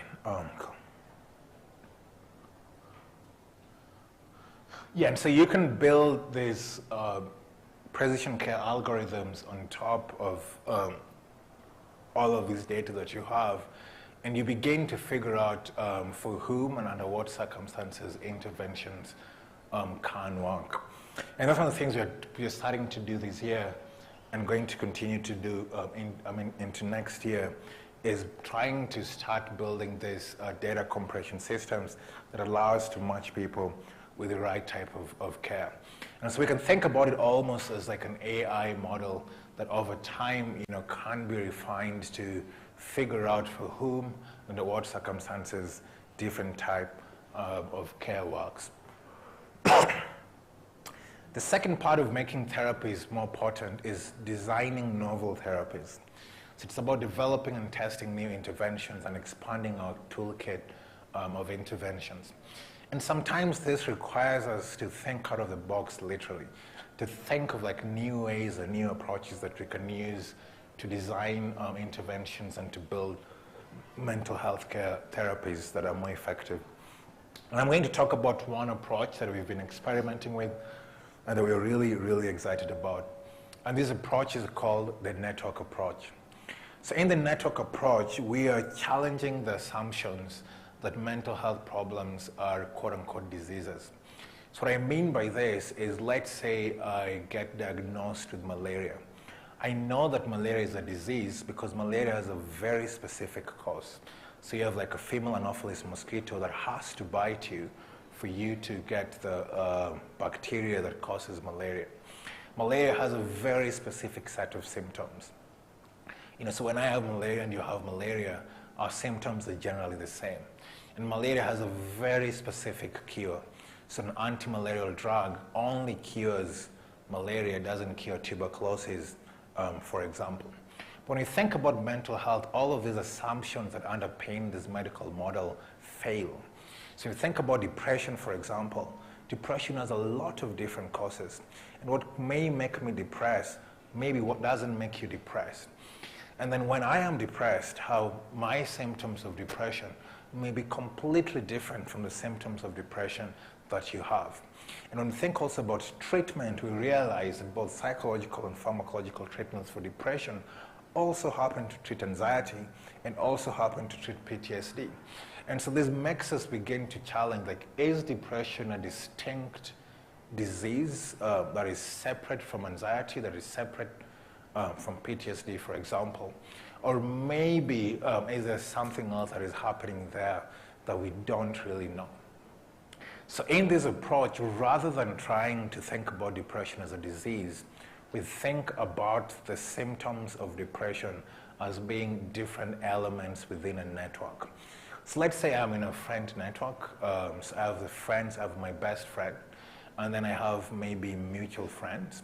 And so if anyone, let's say you're trying to talk to me, you will most likely go to the person that I am closest to. So you'll go to my best friend and you'll be like, hey, can I talk to Tom? And then they'll be like, okay, I can talk to Tom on your behalf. And so the idea with the network approach is, let us think about trouble sleeping or lack of motivation as just being different entities within this network. And for everybody, let us try to figure out who is, quote unquote, their best friend, you know, what is the strongest element in this friend group, and then also figure out what is the bridge between one friend group and another friend group. Is there someone in this friend group who maybe knows or is friends with someone in a different friend group? So more specifically, so you have a network of depression, and you realize that maybe lack of motivation is the strongest element or node in that network. And so the therapist, rather than trying to treat depression as a whole, you focus what you're trying to treat on this lack of motivation and not on depression as a whole. Or maybe you want to treat depression, but the depression network is not really cooperating. Then you realize that maybe trouble sleeping is associated with motivation with someone else, something else in the motivation network, and you try to realize what is that bridge between these two networks that you can be able to leverage. And so we've done this, and it's just like a visual example of what it looks like. And so we've built these networks where we have things like happiness, optimism, depression, academic success, social support, etc. And we try to figure out which of these nodes are the strongest and what is the relationships between these two different networks, and then try to design therapies around that, right? So you're trying to design therapies for the symptoms which are most influential, and trying to design therapies for the bridges that connect with other dimensions in this network. So that's just an example of some of the things we're doing around novel therapies. The idea that we need to develop and test new interventions to make mental health more potent. The second part of this, as I mentioned, is the therapists themselves. So we need to have good therapy, but we also need to have better therapists. So how can we make good therapists better? And this is something that we are really excited to begin working on from next year. And so this is how we are thinking about it. So you have two sides of the equation. So you have a therapist and you have a client. And there is an information, kind of like flow, right? So information is coming from the therapist and information is coming, from the client. And using this information, you can begin to make a lot of different inferences. So from this information, you can figure out, why is it that some therapists are effective? Is it maybe how they deliver the therapy? Is it maybe how they connect with the client? And then you can also figure out, why is it that some clients don't really respond to therapy, right? And as you build, and as you have more and more of this data, you can be able to leverage AI to start to begin to make these insights. And you can make insights, for example, on like what makes therapists great.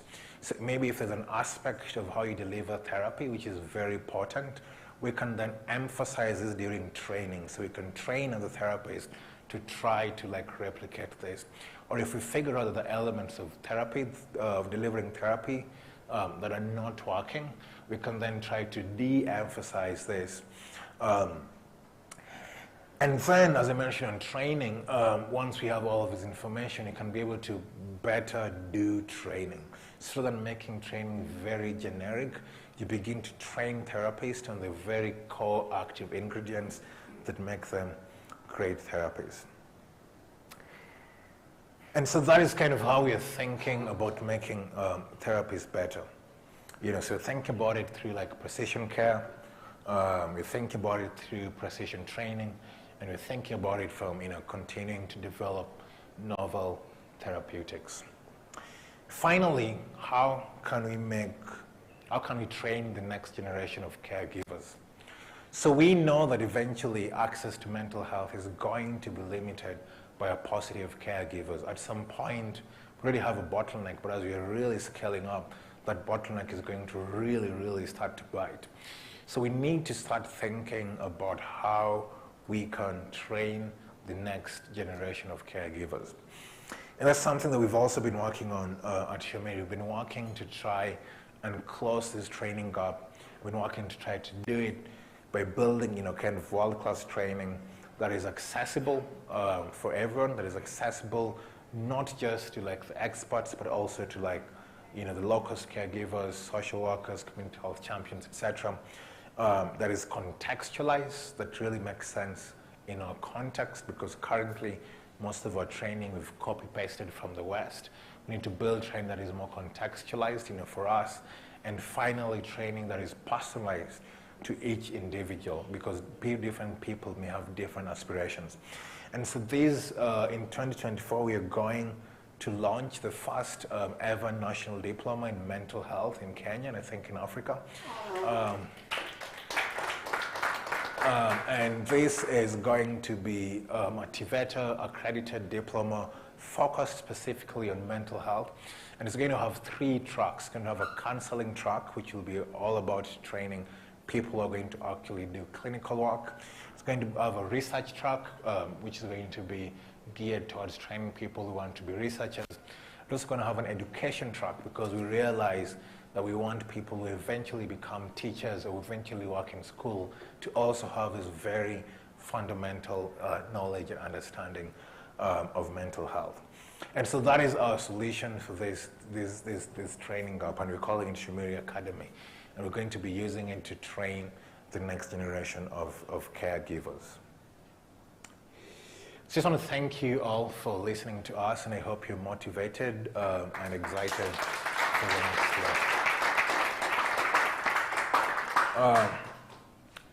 year. We will be sending out a few gifts to everyone who signed up via email. First of all, there will be the National Mental Health Survey, but importantly, we'll also be giving all of you 1 year free access to our Rahim mental health platform, so that you can at least be mentally healthy until you come for Shamiri Summit 2024. And with that, I want to invite on stage Rahim, who will do the closing remarks. Thank you so much.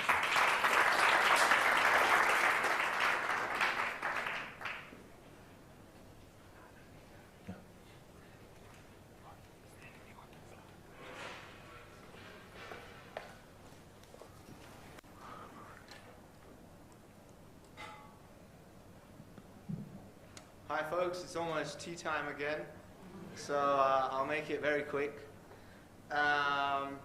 There's just a few people that I want to thank, without which this event wouldn't be possible. So first are our speakers that we've had today. So the French ambassador, His Excellency Arnaud, the Vice-Chancellor at Strathmore, Dr. Vincent, Dr. Zul Merali, the founding director at the Brain Mind Institute. I needed to be a bit taller. Stella, the head of mental health at Nairobi County Government. Paul, co-founder at ID Insight. Charity from the Ministry of Education. If they would all like to stand so we can give them a round of applause.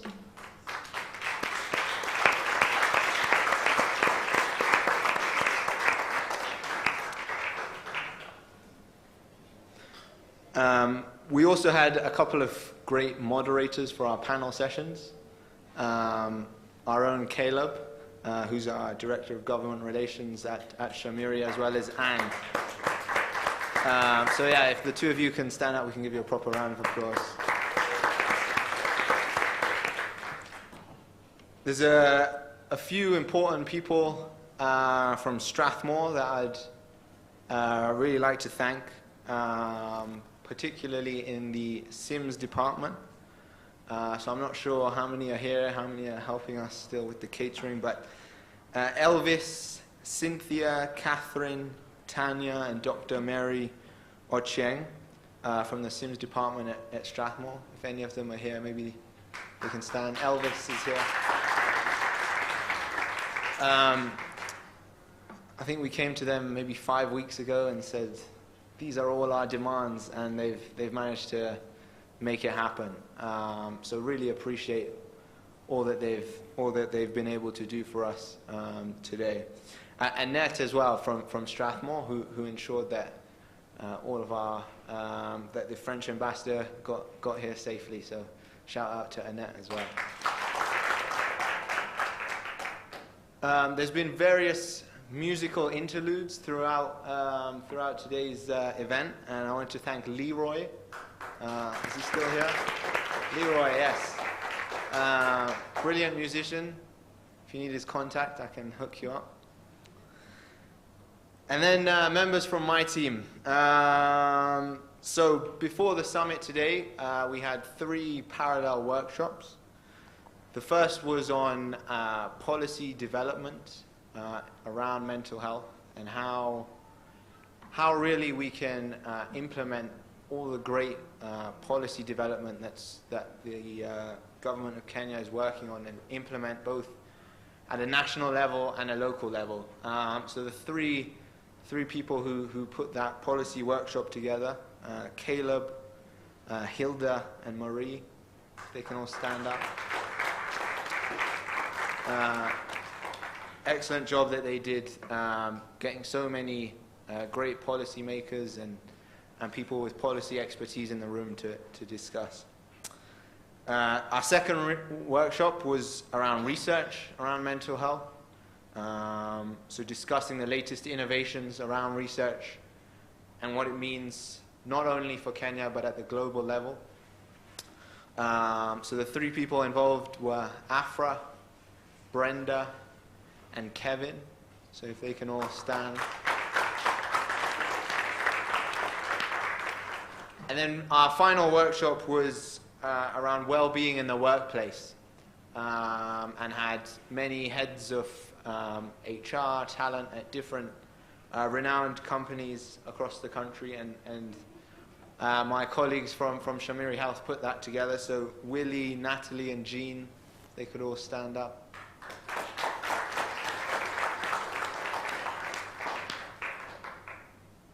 And then we had a few of our own speaking, giving research spotlights. Herman, Rosine, Faith, and Winnan.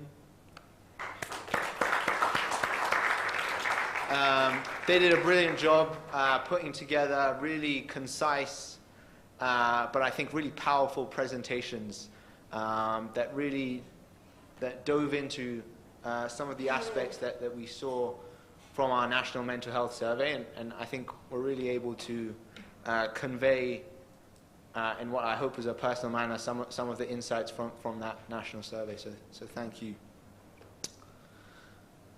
And then some folks on our comms team. So Ian, Netzanet, Benny, and Brian. If you can all stand. I think they might all be in the AV room.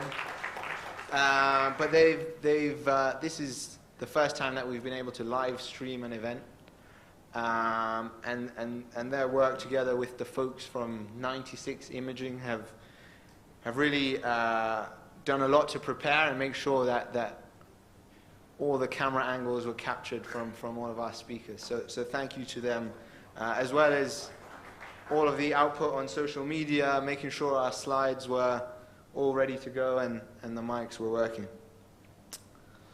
And then two final people. One is Tom, our CEO and co-founder at Shamiri. In case you didn't know who he was. I think without his kind of guidance and setting the scene, none of us would be here today. Shamiri wouldn't exist. So there's a lot I can say about him, but I'll leave it there. Yeah, so thank you, Tom, for kind of putting us on the right path to thriving. And then finally, our honorary Shamirian. So this person, we gave her a call maybe 4.5, 5 weeks ago, and we said we need to have a half-day event, more than 100 people, 3 workshops. It needs to be live streamed. We need food for everyone. We need programs printed, all sorts. And the amount of meticulous effort that she's put into to make today a reality is beyond mind-boggling. So I want to do a special shout-out to Christine, who without which this event would just not be possible. So I'd like to invite Christine to join me on the stage. I think we have a special gift for her.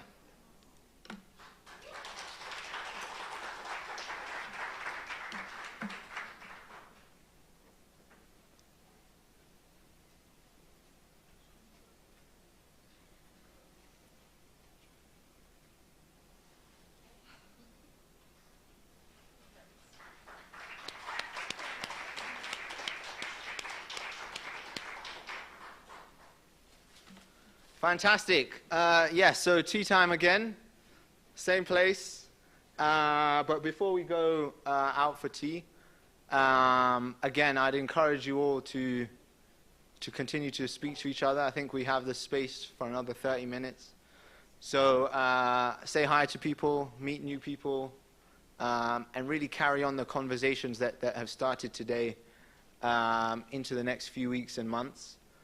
So that all of us can be part of the collaborative approach to transforming mental health care in this country. Thanks, everyone. Enjoy the rest of the evening.